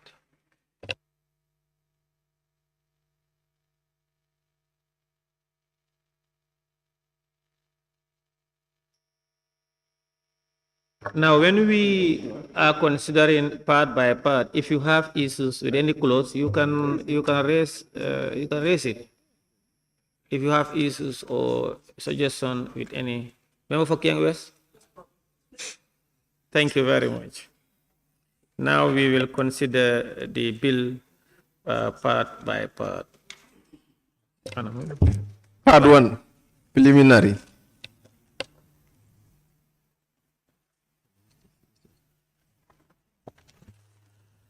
Part 1, preliminary. Chair, use your mic. We changed it to 2020, but because of the time frame that is overtaken by events, so suggest that we change it to 2023 since we are enacting it now. Instead of 2020, it's 2023, we suggest. The chair is proposing that we change it to 2023 instead of 2020. Chair. Those in favor, please say aye. Those not in favor, please say no. That is it. It is proposed that, can we? Yes. Yes, on the preliminary, I can see we have subtitle. And on the report, it's a mutual legal assistance in criminal matters. And on the clean copy, you have mutual assistance in criminal matters bill.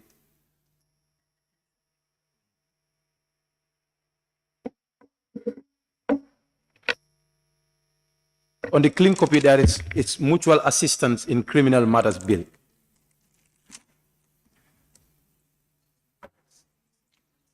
Assistance or mutual legal assistance? Mutual assistance. It should Where? be mutual legal assistance No. in criminal matters. No, the next line, the one on. That is, you refer to part 2?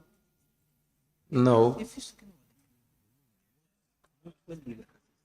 Because the clean copy, it is mutual legal Let me help you. assistance in. He's talking about the second line. A bill entitled. From there, read. An act provide mutual assistance. I think you're referring to that. Oh, yes, he's referring to the long title, yes.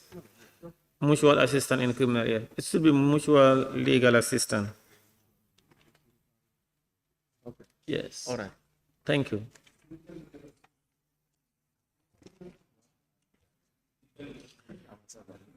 It is proposed that Part 1, preliminary, as amended stands part of the bill. Those in favor, please say aye.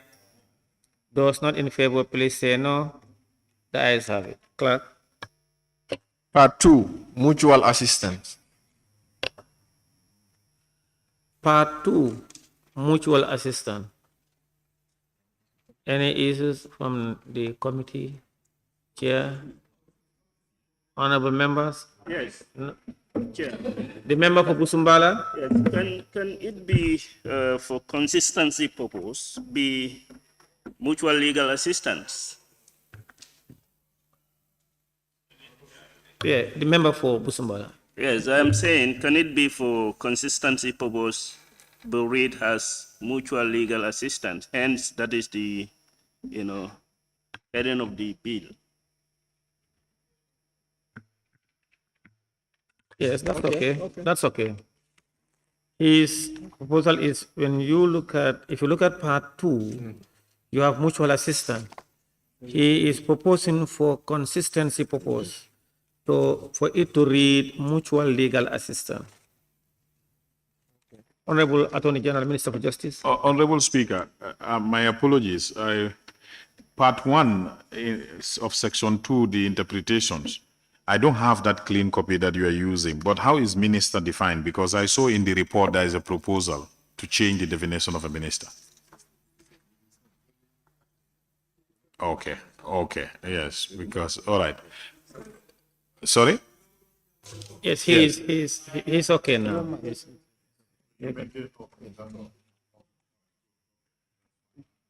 It is proposed that Part 2, mutual legal assistance,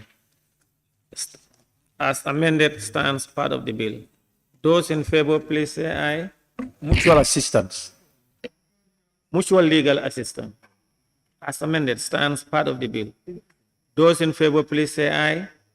Those not in favor, please say no. The ayes have it. Clerk.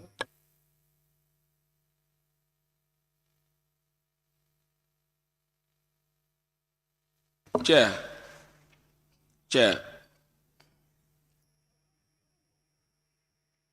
Yes, I want to observe wherever it appears, because it seems part 2, 4, scope of mutual assistance, and when you go through the text, it's repeated along the line. So I don't know whether we could do wherever it appears. Yes, as regards to Part 2, we've amended it. It now should read mutual legal assistance. Yeah, I mean the text itself. There are areas. Yes, we said as amended. Okay. Yes. Clerk. Part 3, assistance in relation to taking evidence and production of documents or other articles. Part 3, assistance in relation to search and seizures. Chair. Honorable members, any issue or issues? 10-1. Look at 10 in your report. Look at 10-1. In your report 10-1.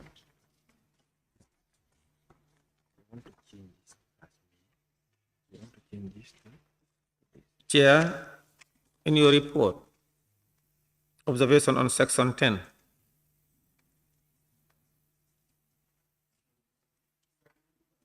Yes. We are on part 3. Please use your mic, sir. Under section 3, the observation of the committee is not captured. He said, for the purpose of criminal proceedings in the foreign country, the minister may subject to such terms and conditions as he may. And we are saying this may should change to shall. On that shall is not part 3, clause 10, sub 1. Under 1B. Under 1B. If you read from... For the purpose of criminal proceedings in the foreign country, the minister may subject to such terms and conditions as he or she may determine. They want it to be shall.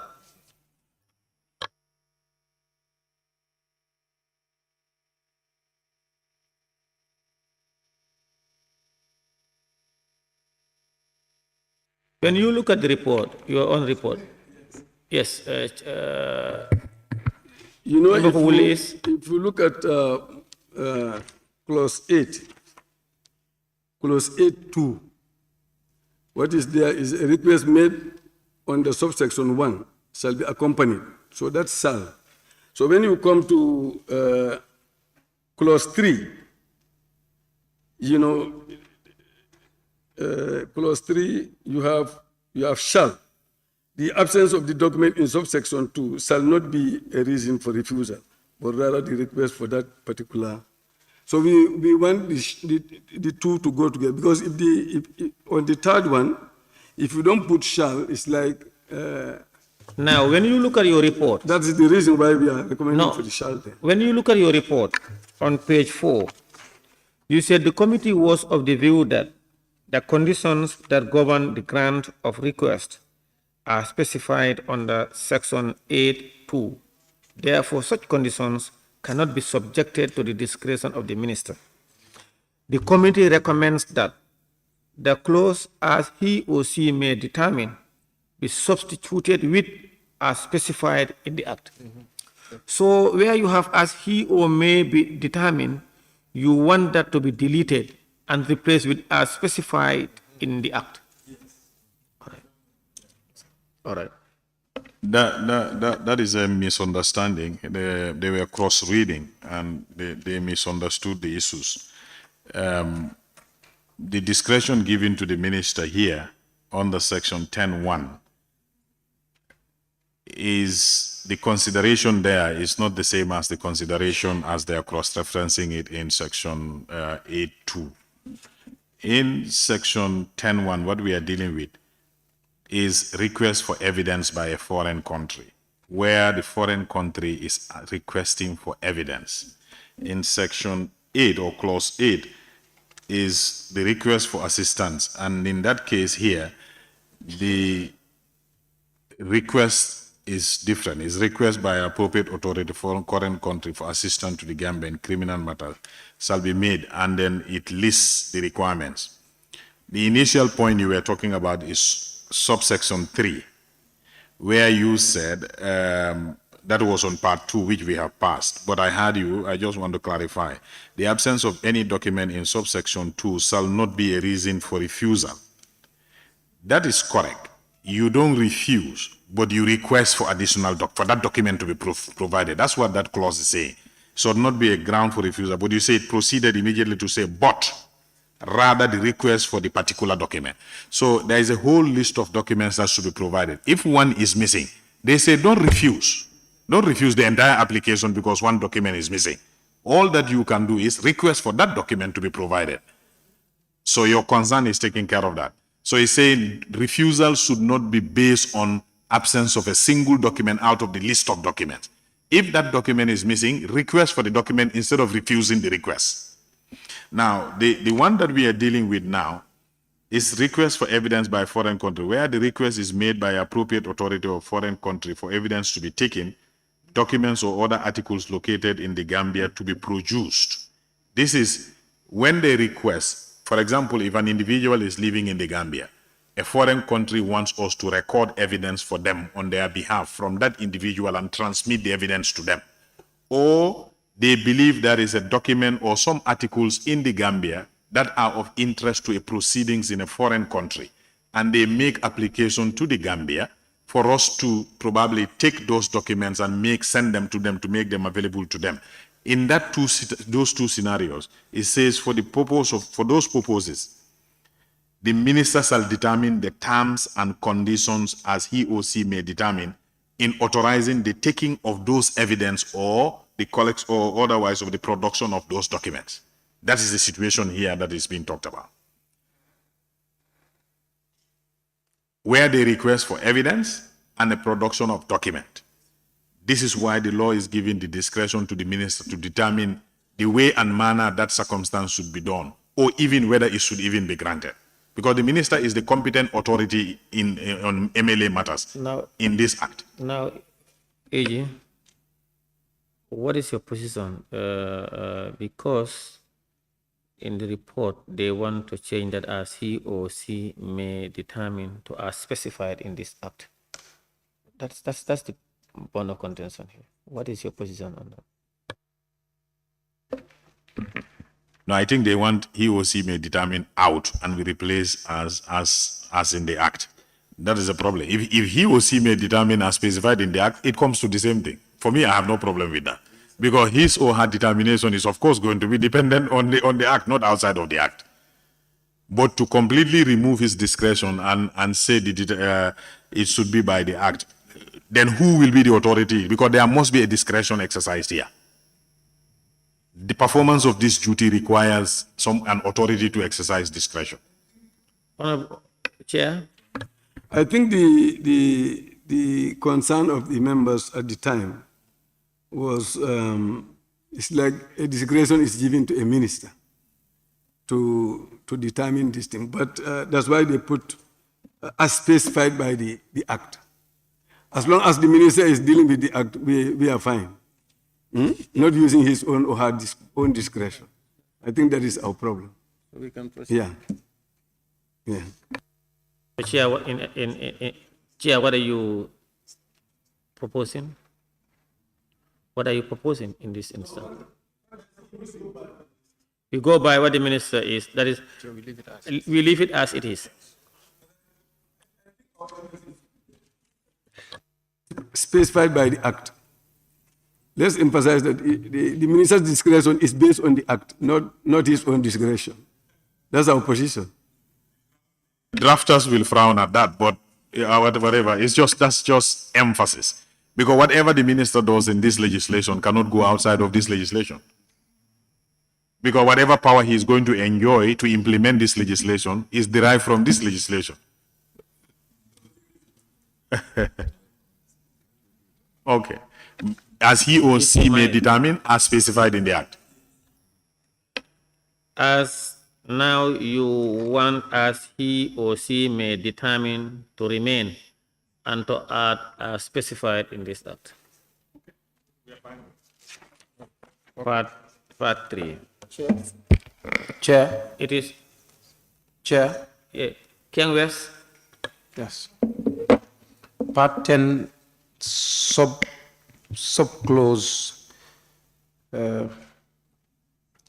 2. Clause 10 subclause 2. No, part? Clause 10 subclause 2. Okay. Yes, it reads, where the minister authorizes the taking of evidence or the production of documents or other articles under subsection 1, a magistrate may summon a witness to appear before him or her to give evidence on oath in relation to the matter and shall. So, but then if the minister authorizes for the production of the of documents or other articles, it is saying the magistrate may. The magistrate may. So the magistrate can choose not to summon witnesses, but the shall comes in later, which means if a witness is summoned, that is a force, that is a must, that the report must be submitted. It is giving the must to the submission to the report, but not to summoning witnesses. That's my observation. I think the drafters are here. I think we should clear our mind as a National Assembly to think that only shall is mandatory in a legislation. Sometimes may, depending on where it is positioned, can be mandatory. So you don't have to have that general belief that may is always optional. Depending on the position of may in a legislation, sometimes is mandatory. It can have the force of a mandatory. Because once the minister does this authorization and a request is placed before the magistrate, he cannot rely on this may not to hear that application. So it becomes mandatory. But because it has to be triggered by a minister's authorization, so the may is the most relevant word the drafters can use here. But shall is mandatory where appropriate, but it doesn't also mean may always is optional. May sometimes is mandatory in legislation. Honorable Chair? Yes. Yes. I don't want to disband that opinion, but then I think if National Assembly has such an understanding of provisions, that has to come through our legal department to orient us about this so that we know this. But when we're making laws here and when we are looking at our bills, the reason why we are changing mays to shall and shall to mays to make things either optional or mandatory to happen here, right? So if that correction is to be done, let that come through our legal department and we know that one. And that also has to be understood. But for only this clarification, and I think that is not sufficient. Thank you. Honorable Chair, do you have anything to add? People are okay. All right. Yes. You see, the issue there is where the minister, so it's on condition. That's why they did not put shall there. They say where the minister authorizes. So wherever he did not authorize, you cannot put, put shall there. Yes. Because if the minister don't authorize it, if it is shall, it becomes mandatory on the magistrate. Thank you. Now, it is proposed...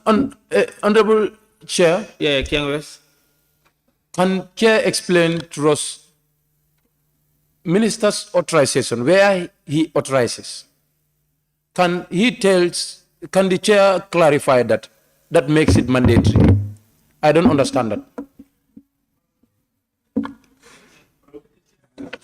I'm saying, Chair, the question is where the minister authorizes the taking of evidence or the production of documents or other articles under subsection 1.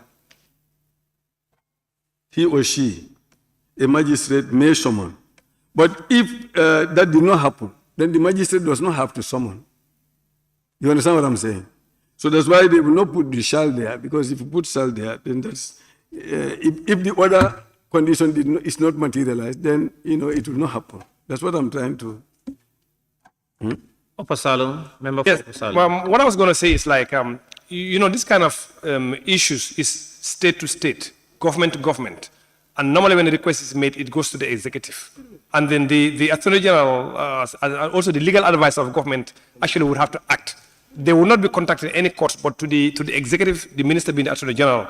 And then he will look at the issue beforehand, and then he can actually authorize for that evidence to be collected. And then it flows like that. So for me, I think the way it is fine. Member Fofoni Bintankaranai. I actually have no problem with the way it is, But then through the explanation of the minister, I want him to emphasize the difference between shall and may. Because the minister is making us to believe that shall and may are all more or less the same. But in the essence, they are not the same. May happen, may not happen. Shall always happen. No. And shall always be. Shall is always a commanding. The minister have not said may and shall are the same. He said in some instances. He said in some instances. That's what but we'll allow the Attorney General to further clarify. You know, in this situation, like Honorable Mbo started to explain, we are dealing with different arms of or organs of government. If the minister approves or authorizes, minister is part of the executive. That authorization doesn't bind the magistrate. You have to move the court. You have to go and approach the court and move the court. So there are other hidden steps that need to be taken. So that is why the magistrate's responsibility will still be left as me. But once his magistrate, the court is seized with the minister's application, then it's natural that he has to deliberate on the matter. The issue of may and shall that you're looking at, the normal plain English language meaning of it, and sometimes the contextual meaning of it in the legislation, that's the difference I was trying to point out. Ordinarily, may and shall, in terms of our normal vocabulary and meanings of words, are different. When you use them in legislation as a general rule, they are different. But I'm saying that the courts have interpreted, because these legislations that you make in parliament are also interpreted in a court of law to give them meaning. The courts have interpreted over and over again that may, depending on the context and position of it in a statement, in law, can be mandatory. That is what I'm trying to say. So you might think that the use of may is optional. That is the general rule. But I'm telling you that there are exceptions to that general rule in a situation where may can be mandatory. Thank you, Honorable AG. Remember, you understand there are exceptions to the general rules. Honorable Chair. KOS. Yes. On the same point, looking at where it reads before him or her to give evidence on oath, is it really also saying that the witness can give evidence either on oath or not?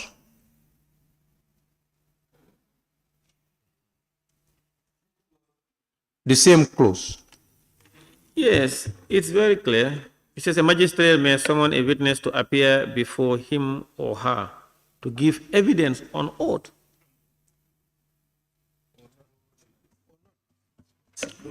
In relation to the matter, the way we interpreting this one here, I'm not satisfied. You know, here it says the magistrate may summon a witness to appear before him or her to give evidence on oath.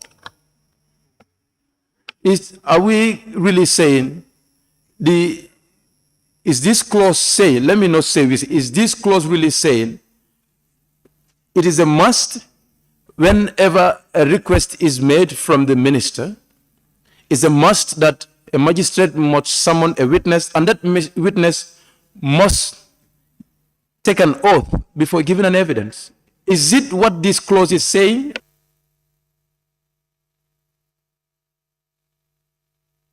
Lower Salom. Thank you, Honorable Chair. Honorable Chair, I just want to put to the member, we are not here to interpret laws. Is the executive the court that will interpret laws? We are just putting our suggestion, but not him to interpret this law for us. Honorable Chair. Upper Salom. Yes, thank you. I think here what is important is the evidence is actually given at the level of the magistrate. Now, how the magistrate is going to do it in terms of processes, that is not the responsibility of the minister.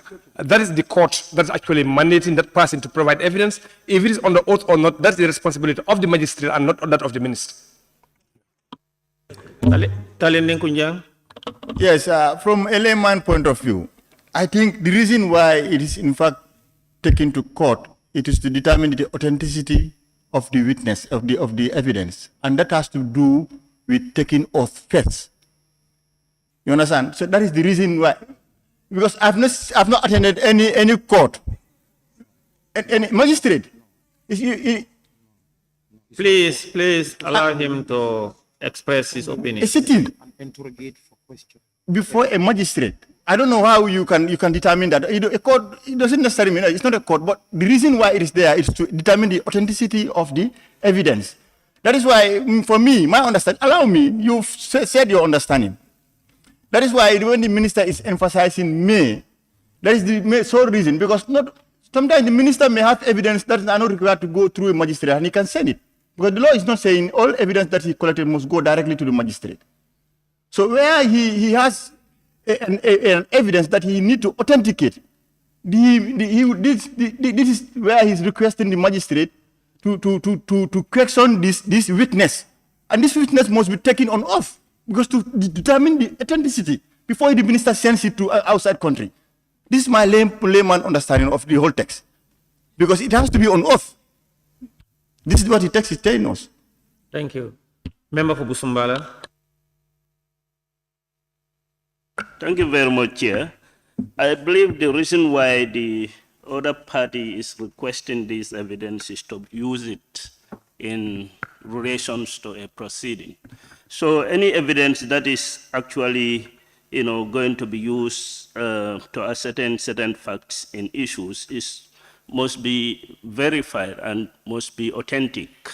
I think based on those reasons, that's why the request to the magistrate, and if the magistrate invited the witness now, he must make sure that, whatever the witness is giving him is truth.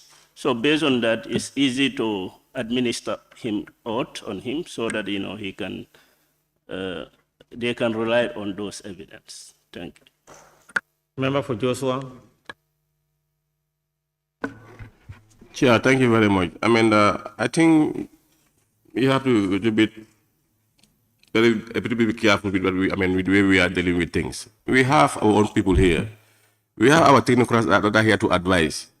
The committee went through a lot of process.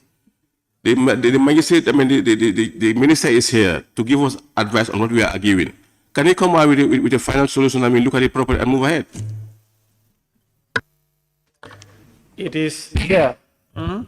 Chair. Now let's give me opportunity, please. I've given you. No, I have to clarify something. Go ahead.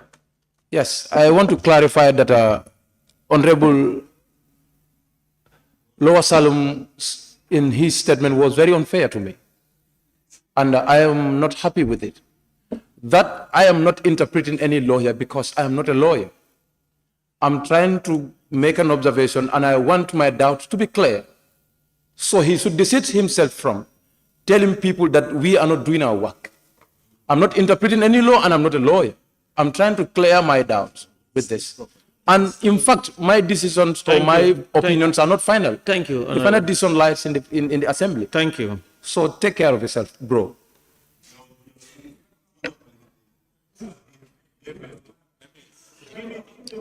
Attorney General.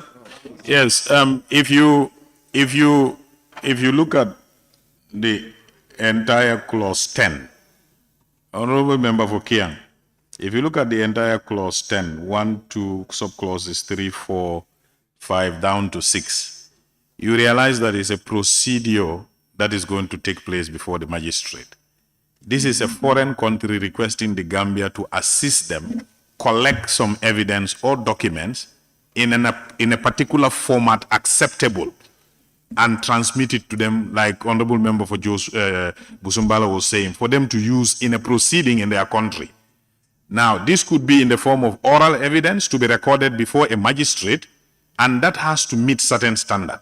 That is why the witness that will be called before the magistrate, whose evidence will be obtained by the magistrate, need to be taken under oath.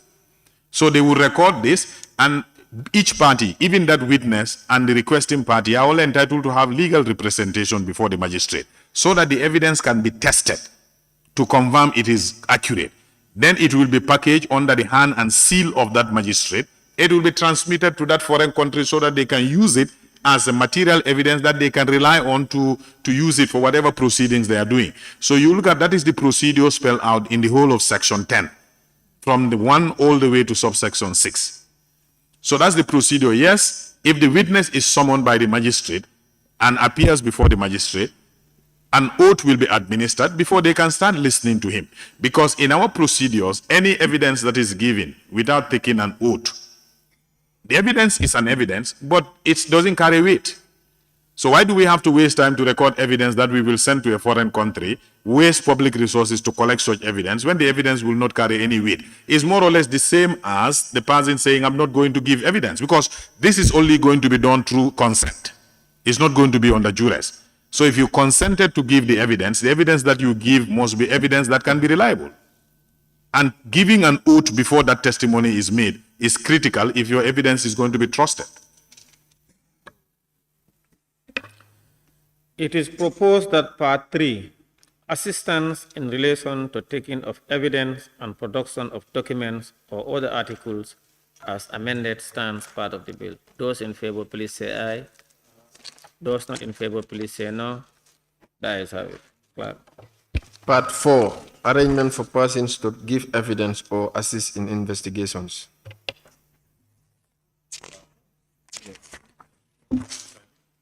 Arrangements. Where's Part 4? Oh, no. They are in two.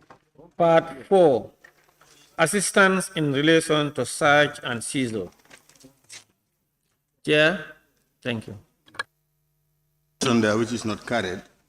If you go to maybe page 5 of our report, we are saying that in... We are not getting you. Pardon? I'm not getting you, you said? I'm saying we have a small adjustment there which is not carried out on the clean bill, because we recommended that in addition to what it was observed that section 12.9 is mixed up in the paragraph of section 12.8, and we wanted that separation to be done so that 12.9 of the bill be placed in a separate paragraph, and that has not been done on the clean sheet. 12.9. Yes. 12.9 is mixed up in 12.8. So it should stand on its own paragraph. Yeah. Just that small adjustment. Huh? Okay, go on. Go on. 12.2. Okay. That's 7, eh?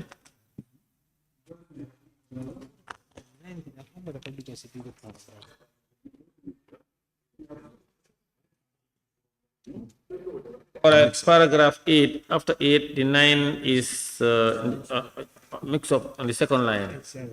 Okay. Yes. Any other becomes out? Chair, I want to be guided here. There is this part 4, assistance in relation to search and seizure. Yes, when we get to the other part, we'll amend it. Double part 4, huh? Yes, when we get to part, yes, the next part will be 5, when we get there. Okay. Huh? Any other issue on part 4? Will is? Please use your mic, sir. Use your mic, sir. In it's 12.2C. Huh? Yes, where you have otherwise in the person's immediate vicinity. Then after that, the paragraph after that, the police officer may lay before a magistrate information on oath. So I think what we've recommended there was to put a shall. Because we were thinking, if the minister directs the police officer, authorizes the police officer, and then the police officer may or may not do what the minister is saying. So we are saying, to be emphatic, we put shall there. The police officer shall lay before a magistrate information on oath setting out the grounds for that belief, or apply for the issue of warrant to search the person for that thing. So what is the minister's opinion? This is one situation I will agree. Yeah. Yeah, it's a good point. It's a good observation. Yeah. So, thank you. Opasalum. Yes, on 11.2, a request shall be accompanied by an affidavit by a competent person verifying the grounds. Outside the minister dealing with a foreign current, who else is a competent person? Attorney General, please use your mic, sir. Use your mic.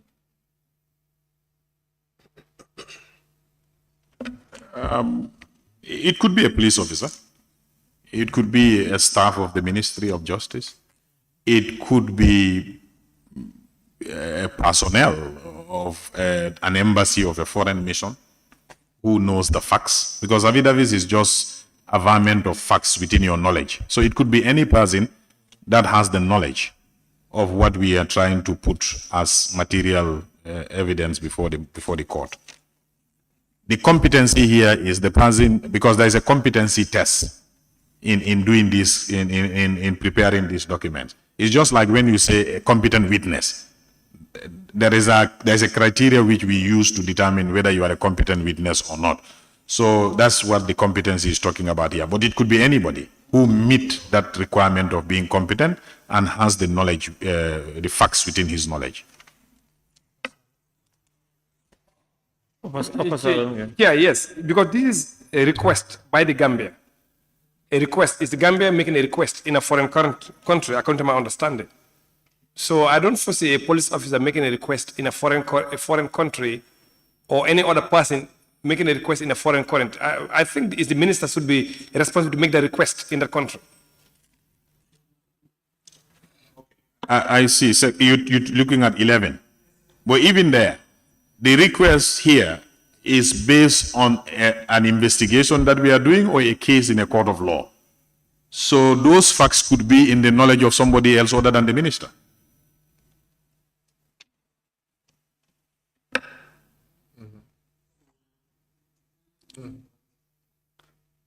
Part 4. Yes. Clause 14. Yes. No, that's in part 5. That's in part 5. That's in part 5. So number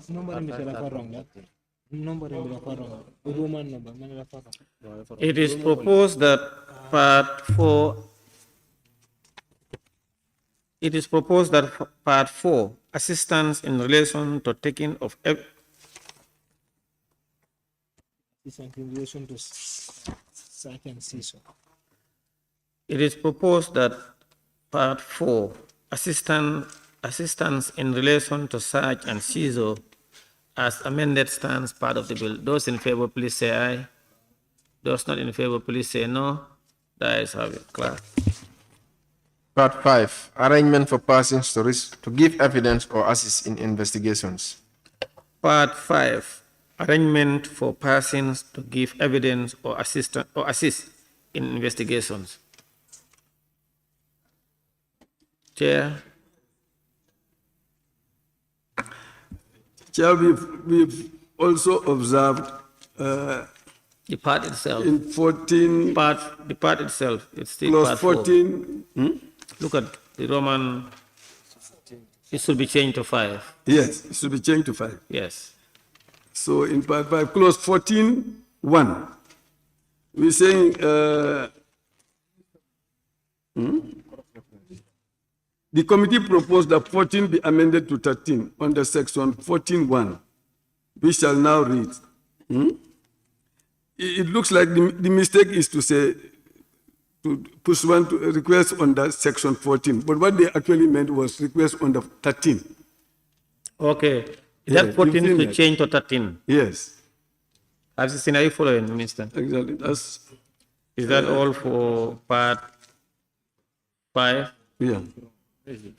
Part 5. Any This part 5. other observation Go to part 5. on part 5? Yeah, in part 5. Page 14. It is 15. proposed that part 5. Chair. Yes. Young West.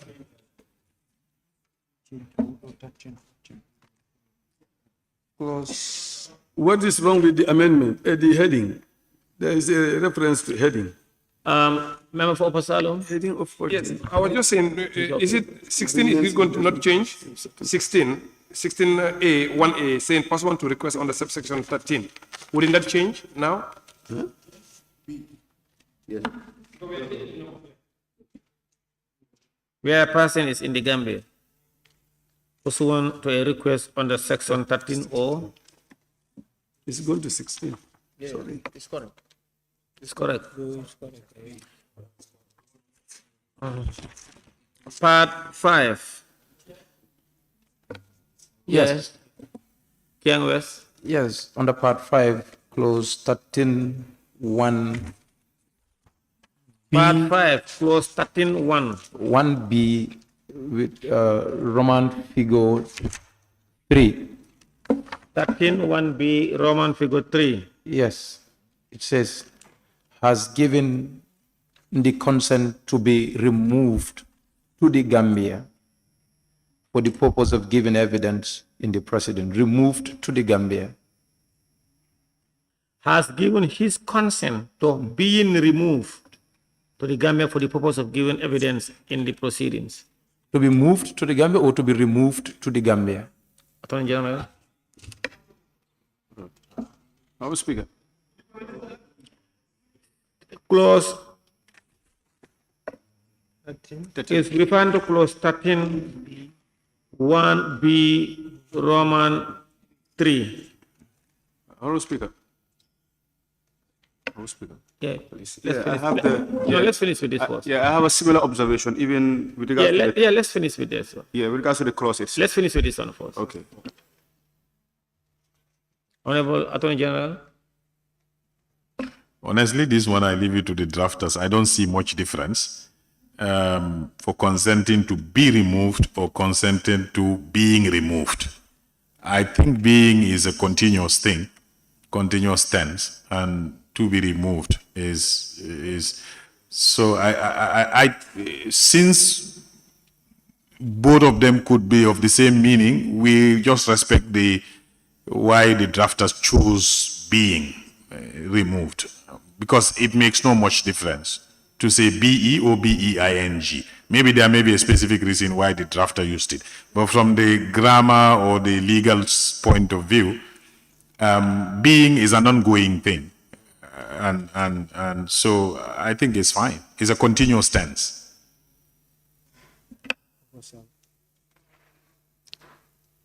Yes, Daniel Center. Yeah, Honorable Chair, yeah, I have a similar observation, even pertaining to the clause itself. Says requests for removal of certain persons Which clause? to the Gambia. Which clause? 13. Huh? Clause 13. Clause 13. Yeah, requests for removal of certain persons to the Gambia. Doesn't sound. Clause 13.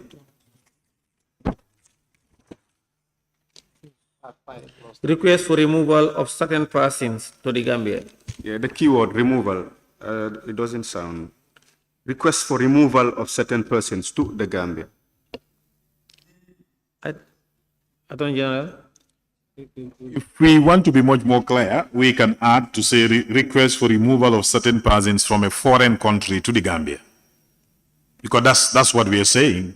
What being economical with words. Because the removal is done in a foreign country to the Gambia. So we can add that to make it much more clearer. They were just being economical with, maybe they want to be economical Removal with, of certain persons from a foreign country to the Gambia. Economical with papers, maybe they don't want to use. Upper Salum. Yes, on the 13(1) subclause 3, the word being, I think, is appropriate, because you know when this kind of cases may take months or years. The word being. been, I think it's appropriate. Yes, there was a general consensus. You say what? There was an agreement that we. No, there was no agreement. He asked a question, he answered. There was no agreement. He asked a Yeah, question, that's why he didn't, Honorable, because he didn't follow up to. He's okay. He said it's okay. Okay, that's fine. Part. Please, sir, use your mic. Sorry. The committee has this observation on the heading. So I think the heading, the S on the request. Yes, the S on the request should not be there. On? Clause 13. Okay. Just request. for Okay, removal. okay. Yeah, that's the only. It is proposed that part 5, arrangement for persons to give evidence or assist in investigations, as amended, stands part of the bill. Those in favor, please say aye. Those not in favor, please say no. The ayes have it. Clerk. Clause 6, custody of persons in transit. Part 6. 6, yes. That's what I said. It's a clause. I said part 6, yes. Yeah, you have done the correction. You have done the it's on page 23. I have done it ahead. Yeah, that's it. Part 6, Roman figure 5 should be changed to 6. Part 6, custody of persons in transit. Chair? No issues. Honorable members, any issue or issues or observation on part 6? It is proposed that part 6, custody of persons in transit as amended, stands part of the bill. Those in favor, please say aye. Those not in favor, please say no. The ayes have it. Part 7 now, proceeds of crime. The Roman figures change. That's 7. Part 7, proceeds of crime. Chair, you know that Roman figure also should change. Everywhere. Any other honorable members? It is proposed that part 7, proceeds of crime as amended, stands part of the bill. Those in favor, please say aye. Those not in favor, please say no. The ayes have it. Part 8. Part 8 now, general.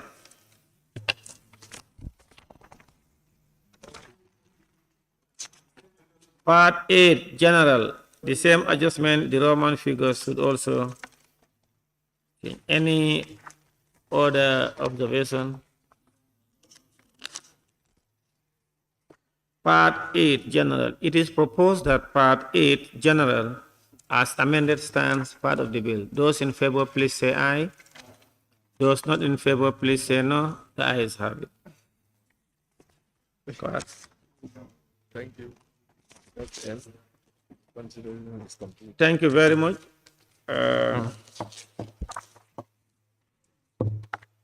That's the end for the consideration stage of this bill.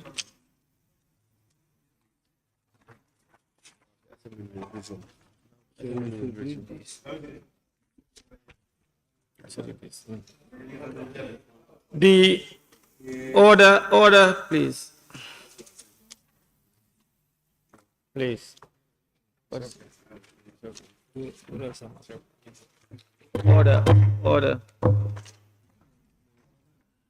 The ABC will schedule the third reading of the bill. Before this date, the Attorney General's Office and the Office of the Clerk, in accordance with Order 72-20 of the Standing Orders, should print again the amended version of the bill for circulation to members before the third reading. The Assembly now resumes.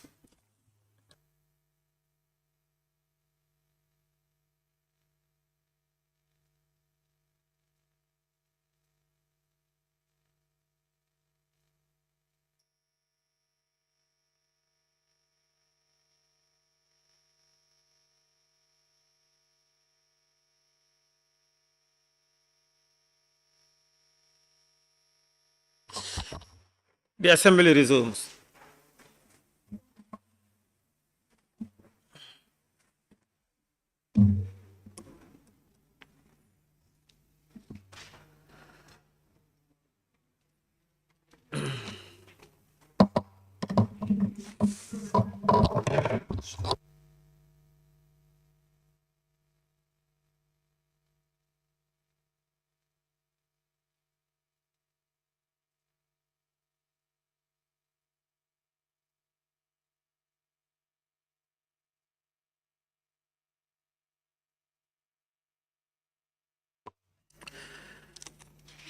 Honorable members, as communicated earlier at the consideration stage, third reading for the Mutual Legal Assistance in Criminal Matters Bill 2019 is now scheduled for Monday, 27th March 2023 for the Attorney General to move for the third reading. However, before this date, the Attorney General's Chambers is hereby urged to comply with Order 7220 of the Standing Orders to ensure that the amended version of the bill is printed and circulated to members in advance. On that note, I wish to thank all the honorable members who participated in this bill, in today's session, and as well as to thank the Attorney General and Minister of Justice and his team. Be it resolved that this August Assembly do stand adjourned until Monday, 27 March 2023. Those in favor, please say aye. Those not in favor, please say no. The ayes have it. This Assembly now stand adjourned until Monday, 27 March 2023 at 10 a.m. prompt.